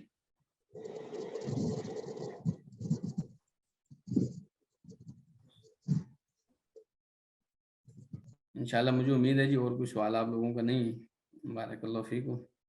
اللہ تعالیٰ نے توفیق دی تو اگلا کوئی ہم انشاءاللہ اس کے اوپر سیشن رکھیں گے. آپ لوگوں کو, آپ میں سے جو لوگ بھی واٹس ایپ گروپ میں نہیں ہیں, میں واٹس ایپ گروپ کا لنک آپ کو بھیج دیتا ہوں تاکہ آپ لوگ اس میں شرکت کر سکیں. اس کے علاوہ بھی ہمارے کچھ کورسز چل رہے ہوتے ہیں. آپ اگر سابقون ٹیم کے ساتھ انگیج رہنا چاہیں تو بھی آپ جو ہے انشاءاللہ العزیز سابقون ٹیم کے ساتھ ان کو, جیسے تفسیر کورس ابھی ہمارا چل رہا ہے اور اسی طرح کے دیگر کورسز ہیں, آپ اس کے ساتھ انگیج رہ سکتے ہیں. جزاکم اللہ خیرا. یہ میں آپ کو گروپ کا لنک دے رہا ہوں جو ہمارا LGBT کے اوپر گروپ بنا ہے. اللہ تعالیٰ نے توفیق دی تو پھر اگلے کسی سیشن میں ملاقات کریں گے. السلام علیکم ورحمۃ اللہ. وعلیکم جزاک اللہ السلام. خیر. جزاکم وعلیکم السلام.